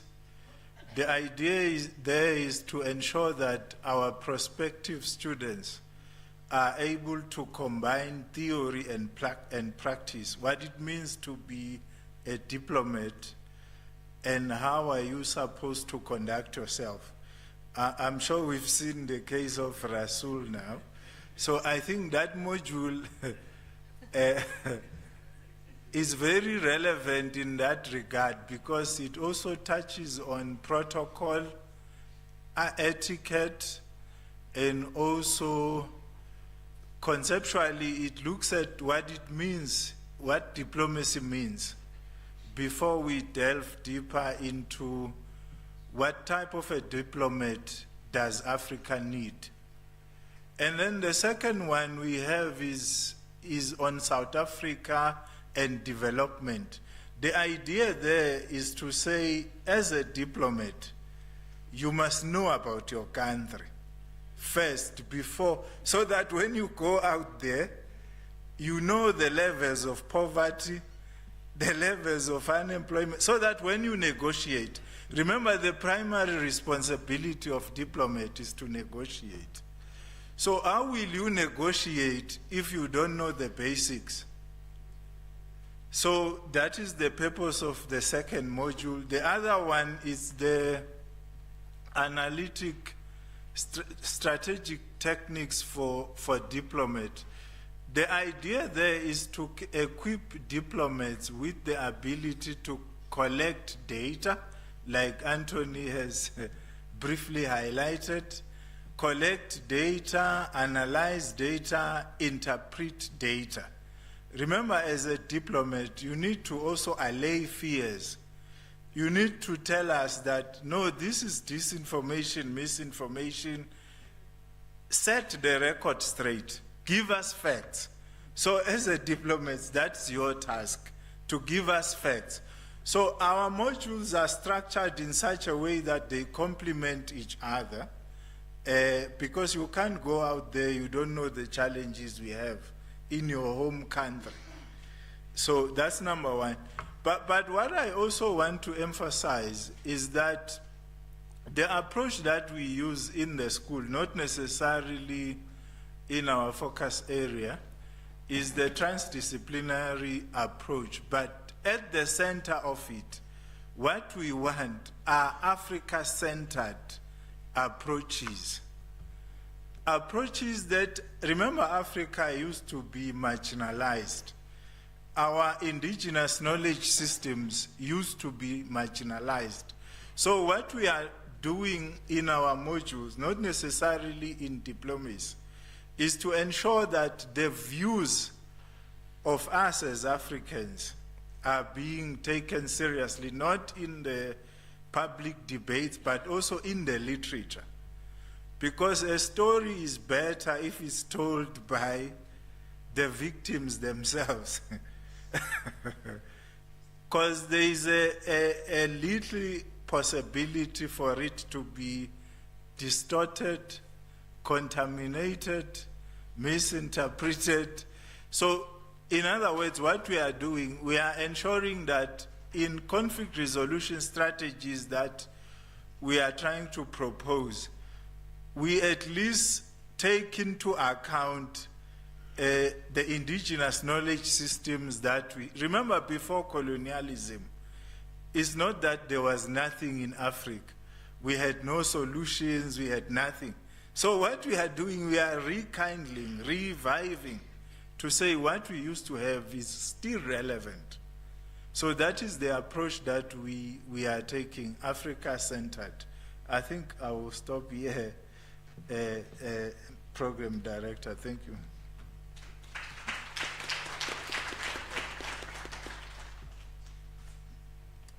Thank you very much, Professor Mkize. And now, Simulations and Futuristic Studies, Professor Charlotte Beitendach.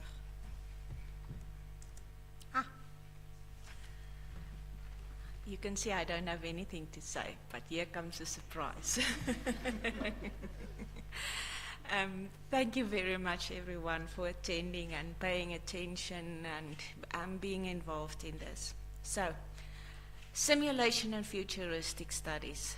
I guess that's a mouthful, and the majority of you would say, okay, so what's that? And what does it mean in the world that I'm living in? Okay, so you look at me wide-eyed. But as Professor Mello has said, and what I would like to contextualize is that simulation of futuristic studies is the personification of a multidisciplinary, interdisciplinary, and transdisciplinary approach. It is about building, developing the business case for various policies, projects, programs, initiatives that you would like to promote. And therefore, simulation and futuristic studies finds its application in each and every one of my colleagues' focus areas. So simulations, futuristic studies, is the business of facts. It is the business of incorporating various worlds to move away from preference-based to evidence-based decision-making, irrespective the domain that you are going to apply it in. So what does it involve? It means that first and foremost, we have to link the past with the present reality in order to craft the future that we want, we should, and we need to have, but in such a way, as our distinguished former president said last night, in such a way that we plan for the future and not only wish for a better future. This is about the planning. And it is my heart's passion and desire that this methodology will find its way into each and every field of participation and application. So, in simulation and futuristic studies, I demand students and myself in the application to always ask the questions, so how did we get there? If you don't understand your history, if you don't understand the roots, if you don't understand the culture, the methodologies, and the objectives, how the heck will you understand what the problems are that you need to solve, what the root of the problems is? The second thing is, and my colleague, Professor Mkhize, actually raised that issue. You cannot inform anyone else if you don't understand the present scenario in depth. What is the real reality of the world that we're living in? Who are all the stakeholders? What are all the issues? How do they intertwine? And only then, once you've done that, you can then venture carefully on designing, crafting, together with other people as well, in designing where do we want to go, where do we should go, and where can we be going? Because the reality is that we've got limitations. Facts of the matter is that looking at the past, we want to extract the lessons. We want to see what the theoretical principles are, what the facts are that we are going to apply. So it has to be scientifically embedded and substantiated and supportive. How can you actually promote something if you cannot, with confidence, provide the evidence and a knowledge of a deep understanding as to what the reality is, where we're coming with this reality, and then you can design the future. Not wish for a future. Wish, okay, we need to get out of here. Yeah, we all know we need to get out of here. That's not something novel. But how? And then you can plan, given all the uncertainties of knowns and unknowns. Fact is, the reality is complex. You know why? Everything is changing every day, every minute. My colleague, Professor Antoni, actually has said that as well, even more so, exponentially so. So when we plan, we have to be robust, we have to be agile, we have to allow for alternatives, we have to allow for scenarios. And that is where the simulation comes in, and scenario planning, and factual analysis. All of these things come together in testing, what if. So it's dynamic. It's integrated. What do I mean by that? You think you drop a pebble in the water and that's it. Oh no. There's a lot of ripples that actually will transpire, even more so in this world, because things are coming back to us as well, and influence. It's back and forth, it's continuous, it's up and down and left and right and all over the place. You cannot design a policy today and think that that policy is going to have a one-dimensional impact or influence just one aspect that you are targeting. There will be other winners and losers.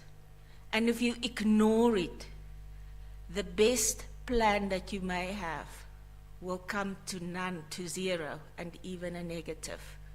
Case in point, ETOL. And I'm just going to put it out there. I'm not going to be too provocative. Okay, I can mention a number of other initiatives, you know, building houses and whatever the case may be. There's always a lot of stakeholders with a lot of agendas. You have to involve them. You have to think about them, the institutional issues. You have to understand that whatever we are doing is multidimensional. It has got a spatial implication. It has got an international perspective. What we're doing in Africa, in South Africa, has got an implication for our neighbors and vice versa. So this is really a case of, you know, idiots venture where angels fear to tread. Fools. We don't want to be fools. And this is what we do with simulation and futuristic studies. So it's about methodologies. It's about a set of methodologies that need to be customized. Please, we cannot just accept whatever is being fed to us from the Western world. We are from Africa for Africa. We have to customize it for the world that we are living in, for our own reality, for the own rules, for the own stakeholders and own role players. But what is important, you cannot promote something if you are not transparent about it. So, in this process, it should be transparent. It's not a black box. It is a methodology, an interactive and integrated methodology, where we apply facts, data, technology and innovation, and I don't require you to be an IT specialist, an IT lighty. You don't have to be one. A techie. No. I'm going to give it to you. You only need to be able to think broadly. So we apply technology and innovation, and we also apply stakeholder input on top of theories, principles, standards, ethics, etc. How do we use these methodologies? We ask what-if questions, where-to questions. We call it impact scenario analysis. You can do it for business, you can do it in a policy regime, you can do it up and down on a spatial level, you can do it in a sectoral level, you can do it in marine studies, you can do it in citizenry, you can do it in any aspect and application. We do scenario planning. We have to plan for contingencies, and we do forecasting. Why is this important? Because the world that we are living in is based on the ultimate fundamental truth of economics, scarcity. So we want to be as efficient and effective as possible. So we want to have efficient and targeted planning to generate maximum impact. And I'm not talking about change. I'm talking about impact, lasting difference in the right direction, by the way. Within the budget or your resources, whether that's time or whatever the case may be. While you are growing opportunities, you do it in such a way that you open up opportunities. It is a multiplication exercise. And effective institutions.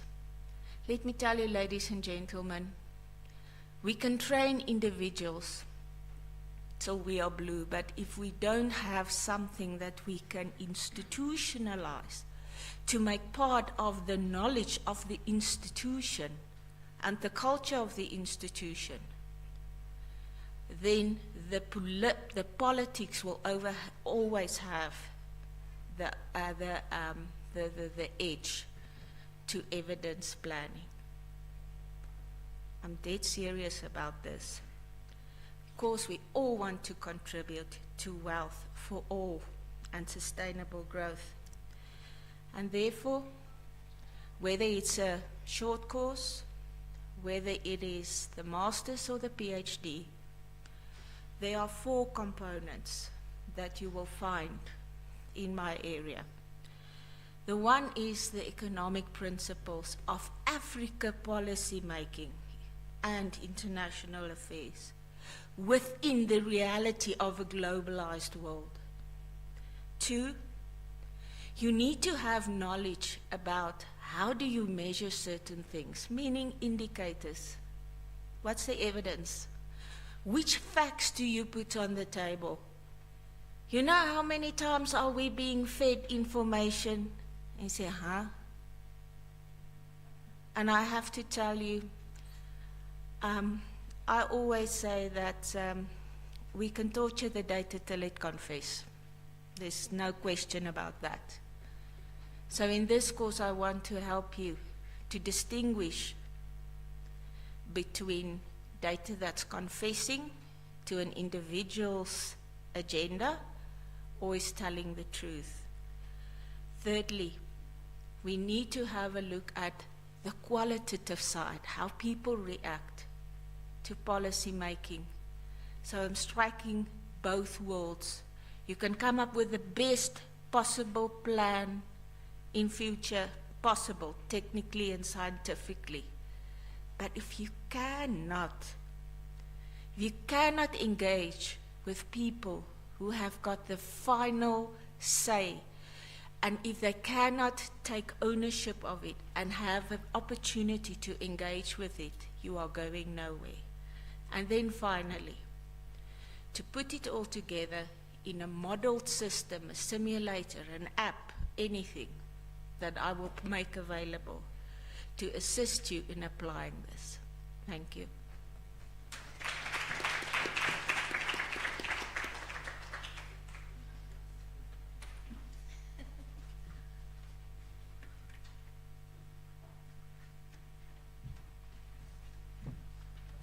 Thank you, Professor Charlotte. And now, Citizenship Studies, Professor Darlene Miller. Thank you.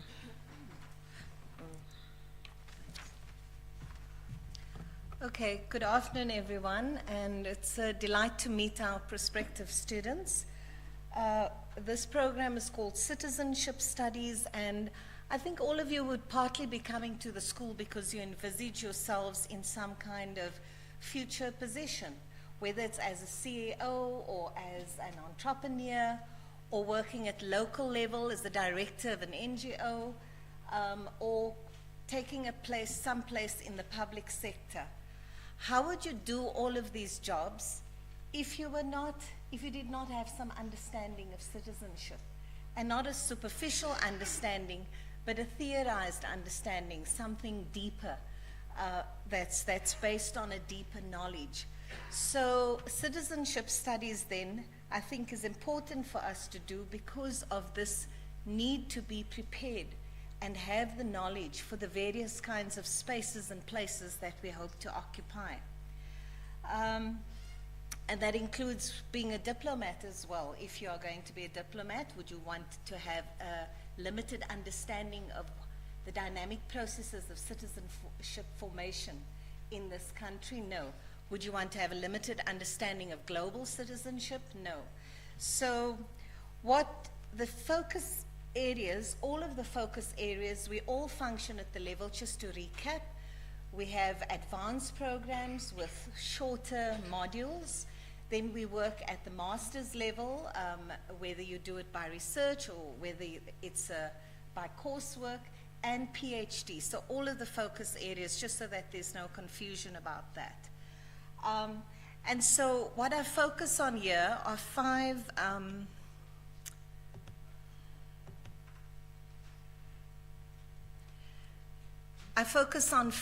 thematic content areas. The one is fragmented national citizenship, fragmented global citizenship, social cohesion, citizenship identity and healing, and citizen science and active citizenship, what I call the dangerous disconnect. So just to give you a little bit of a taste of the kinds of themes that will be covered in the course. Some argue that citizenship in South Africa is incomplete, that the GNU, or the Government of National Unity, is an indication of this incomplete nation-building project. South African society is fragmented in multiple and intersectional ways, by gender, by race, by social class, by generation, and by culture, with the danger of ethno-nationalism. Further impulses that make an incomplete and fragmented nation is the migratory patterns in the country, with a large influx of foreigners who settle and take over both jobs and land, such as the wealthy white foreigners who buy up fancy coastal areas like Camps Bay on the one hand, and the expanding citizenship of foreign nationals in areas like Parklands, or what I call Cape Nigeria. Then, for example, we have fragmented global citizenship. The global context creates further fragmentation at the global scale. You have governance structures that are realigning, like the World Trade Organization, the North Atlantic Treaty Organization. So these kinds of global institutional arrangements, they affect how you do citizenship or how citizenship is constructed at the global scale. And the shifting global geopolitics that we see and that we've seen for a while now creates an uncertain and potentially dangerous global conjuncture that could implode into a world war.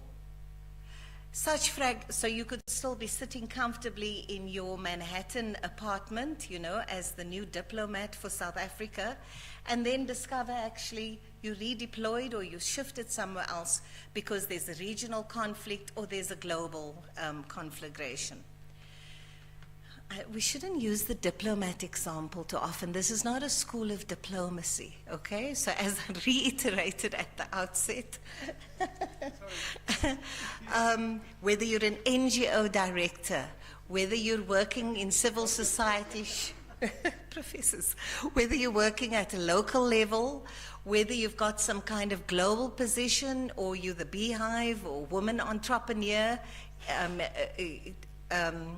that is innovating in some area, this kind of background knowledge is integral to your own capacity and your own skills base in terms of how effective you are in those different sectors.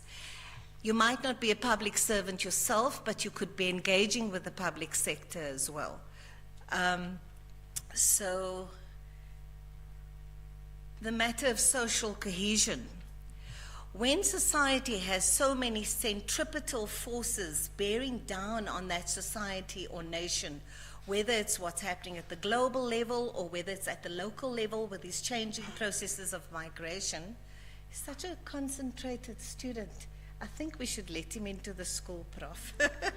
Are you understanding what we're saying? No. But he's listening with big eyes, eh? So the project of nation building is difficult in a context of highly dynamic migration patterns. You get told that the Western Cape has this many number of people, or that the Eastern Cape with Gibera or whatever. But when you look, you're dealing with a population that's 3 times that size. So these create difficulties for planning, for social planning. And those migration patterns happen both within the country and from outside the country as well. So in such a highly dynamic context, a social compact between different sections, between different contending forces, becomes imperative. The Government of National Unity, for example, does it have the capacity to present a social compact at the national level, or will it be an instrument of revanchism? What is revanchism? It's the revenge of the ruling classes who try to claw back lost gains under black rule. So some contentious political issues that we will have the opportunity to iron out. And then a very somewhat different issue that relates to what Professor Mahmoud Mamdani calls bifurcated citizenship. And what he says is that we don't only reside as Western citizens in a formal democratic system of elections and other such structures. There's a part of our feet, a part of our face, that's also turned to our indigenous culture and what we experienced in the past and the indigenous identities that we carry around with us. And often when we look at policy, we tend to only look at Western frameworks. But our ways of knowing, our Ubuntu styles of being, this can be very different. It can even be a tricky question when it comes to something like corruption. If you do research in a local rural area, can you really go in there without saying nothing to the chief, without maybe giving him a gesture of your thankfulness that he's facilitating your presence there? Well, does that facilitate corruption, or as the Kenyans call it, kidoko? Kidoko, something like that, right? So occupying citizenship in a bifurcated framework is really important to understand when you advocate policies.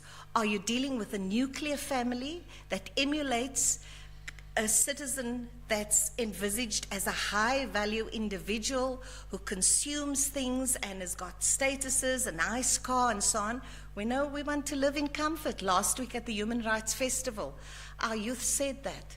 They said, you know, we're not so emotional about political parties anymore. What we want is to live in comfort. That's a basic understanding of dignity that people have developed. So how do we relate to those cultures of conspicuous consumption that define what I like to call high-value citizenship? And then when you don't have that, you're less valued in society. So those are the kinds of things that we want to interrogate. And then there are contending claims to citizenship, and some say this could lead to secessionist impulses, you know, where you start, you know what happened in Nigeria when there was ethnic conflict. It caused tremendous fragmentation, tremendous conflict in that society. Claims on the basis of historical lineage, I'm going to finish soon. Claims on the basis of different sexualities, let's not exclude people, we said we want inclusive citizenship. Claims on the basis of white minority positionality, like our new Afrikaner issue now. And then importantly, indigenous healing practices where young cosmopolitan urban healers who stress that no nation can be built on woundedness. These centrifugal forces can bedevil or strengthen the incomplete project of nation building. Each of these claims needs to be examined in turn to fully understand the forces that can undo the potential for social cohesion. Does that sound interesting to you? Yeah, hey? It's going to be hot. Okay, so one last point is just our 4 modules that we currently have on offer for you, and you can register for those. That's the good news. It's called, we sometimes call it our short learning programs. But it's an advanced program on engaged African citizenship in the 21st century. 4 modules. Module 1, citizenship, identity, and citizen science. 2, engendered and indigenous citizenship. Men, don't run in the opposite direction, male students. You'll find when you go into jobs these days, they want to know, do you have some understanding of gender issues, or are you just blank on these questions? It's not going to wash in the 21st century. Then quantitative and qualitative research model. How do you triangulate and bring together some statistics along with ethnographic research that you're doing? And then we use a particular sector of the food sector in order to look at how citizenship is constructed in the food sector and what kind of food governance systems we have. Okay, I hope that's interested you to come and join us in the future. Thank you.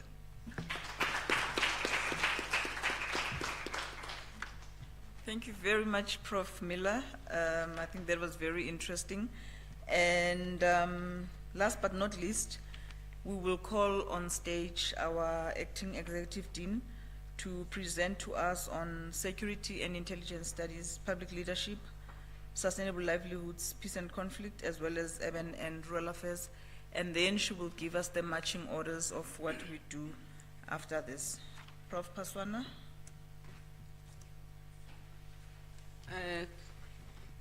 Good afternoon once again, and thank you for staying along.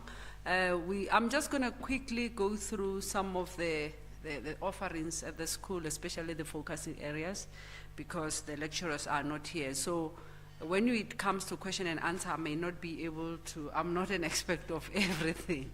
I might not be able to do that, but I might talk to what is actually in my area, which is public leadership studies. And this, obviously, as we know, we teach this from a transdisciplinary perspective. And we also say that we try to teach you or to examine the leadership issues, challenges, practices, theories of leadership that we have, and including those who are leading in complex places, spaces like Africa, as we are within Africa. And we also look at leadership in various aspects, such as in various sectors, such as non-profit sector, the government, business, and organizations, and also community groups. So it's important. And how we approach this course, we will also start with theories of leadership, and we try to understand leadership and basically what is our anchor as well here at the school, where we look at leadership and thought leadership. Most as also is underpinned by short thought leadership, which involves critical thinking and consideration for cultural sensitivity when you are a leader, as well as local context. It's very important in what we do. And when we speak of a thought leader, we are speaking about someone who is able to challenge existing paradigms, not taking, I think Prof. Charlotte was talking about this, something like this. Only thought leaders can be able to say, we've been fed this, we've been importing these modules, let's create our own. Only thought leaders are able to do that. And you need to have a critical mind as well that questions everything from where, why, when, why now. All those questions are very, very important. A mind that questions endogenous and exogenous factors which have shaped the past and inform current human conditions in various parts of the world, and Africa in particular. So that's, in a nutshell, the public leadership where it's going to go. And as I said, it will touch on theory, it will touch on strategies, it will touch on ethics, very, very important in the context where we live, the complex context of our countries riddled with corruption, and that is also what is very important. And we will teach you public sector management, and also the very important things to go in is also to look at issues of diversity and inclusion. And I think Prof. Miller, this dwells very well with your course around diversity and inclusion. So that's why we say we are transdisciplinary. It means what you learn here. Prof. Miller was here earlier. When he was speaking, he was talking about things that Prof. Charlotte is doing in his course, in her course. Prof. Miller spoke about diplomacy as well while she was here. So that is where the transdisciplinarity aspects are coming in. So that we will also be doing diversity and inclusion as a part of that, and also looking at ways a leader who has got, as a leader, because as a leader you have to be able to explore strategies for promoting diversity and equity. And then I think quickly I will go to the other one, security and intelligence studies, and I think one of those is there as well. As you can see, as we can see, we have security and intelligence studies as part of this. And this course include a number of things that you can learn from security, because it's also an interdisciplinary or a transdisciplinary course, and which looks at the way in which governments and organizations assess and respond to security threats. And I think that is very, very important. You'll do intelligence analysis, you'll do national security policies, you'll do counter-terrorism when you are in this course as well. Cybersecurity, very, very important. Right now, as you can see, many of us, we are hacked left, right, and center. Organizations are hacked, individuals are hacked, and cybersecurity becomes a very, very important factor as well. Global security governance is also very, very important, as you can see now that many countries are in conflict as well. So global security is very, very important as well. I'm just giving you highlights. I think we will give you the details of the course directors, so that you can be able to, because I know you might have interest, you might have certain topics that you wanted to explore with them. Then we have also peace and conflict studies as a study area at the school. This one as well is inter, multi, and transdisciplinary, and It does examine many things, like it examines the dynamics of peace. As you had yesterday, we had some of these students who were in this, and basically it deals with strategies for building peace, peacemaking, and all of those issues becomes important.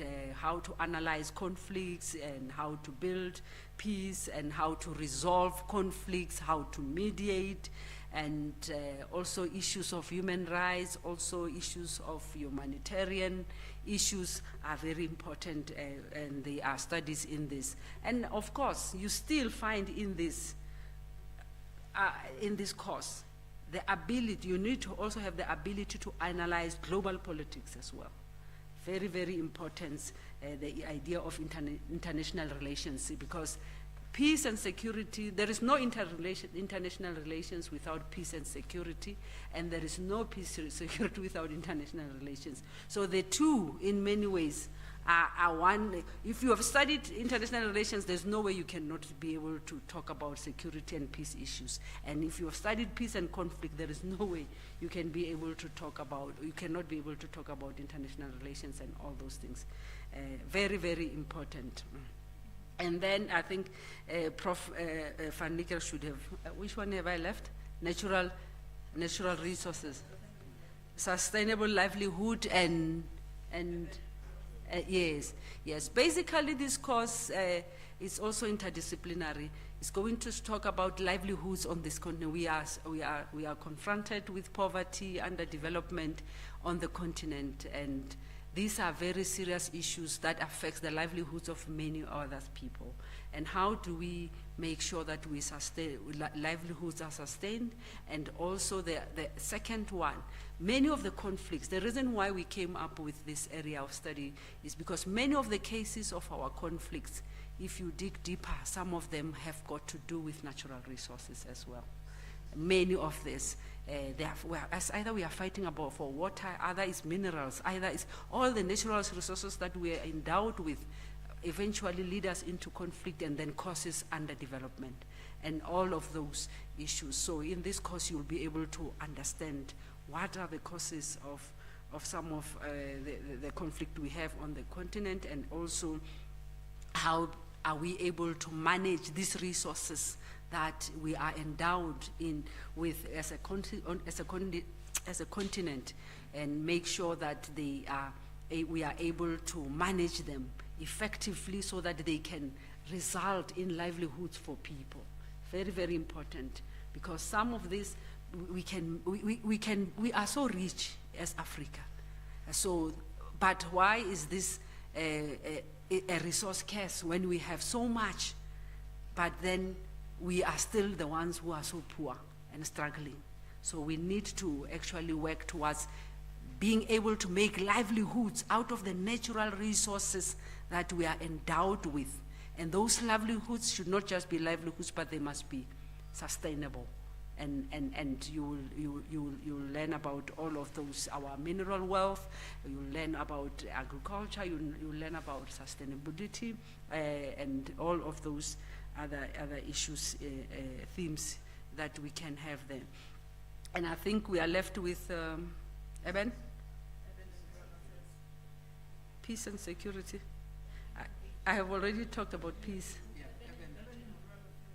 Oh, urban and rural affairs, yes.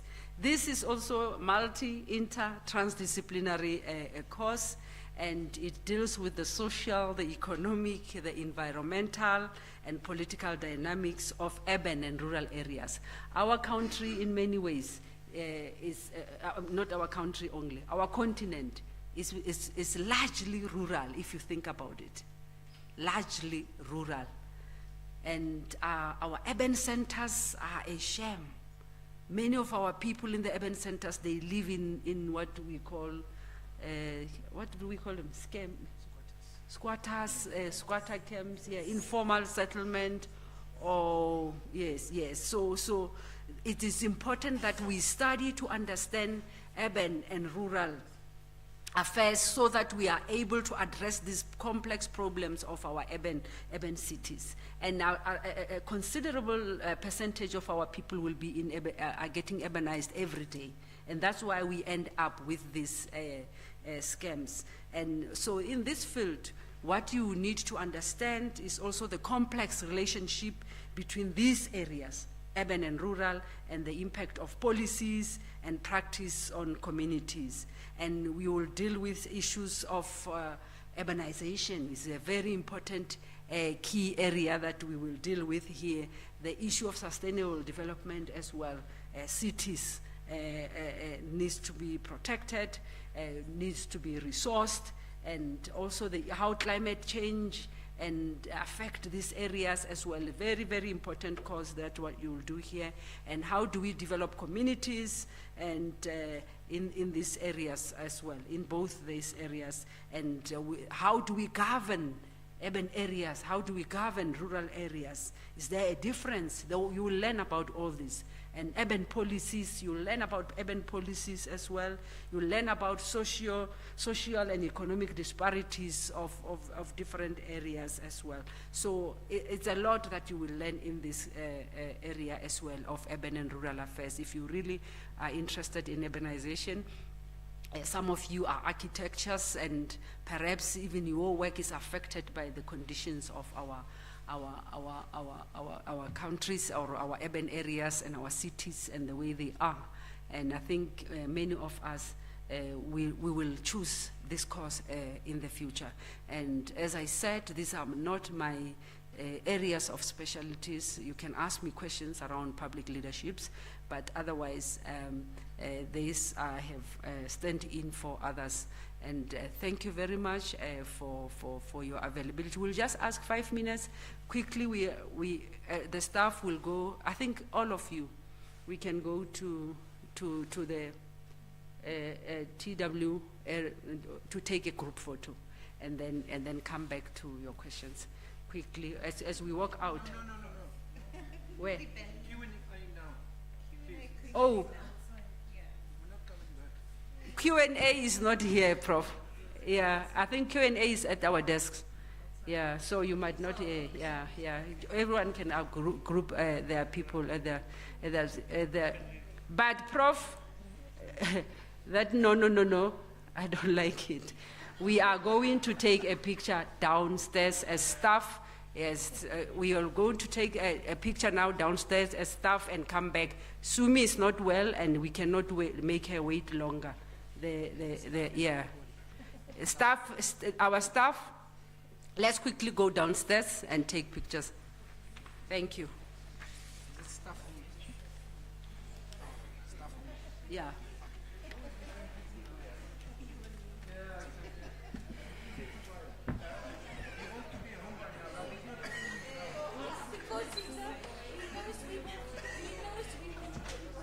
So our audience, we are no longer coming back.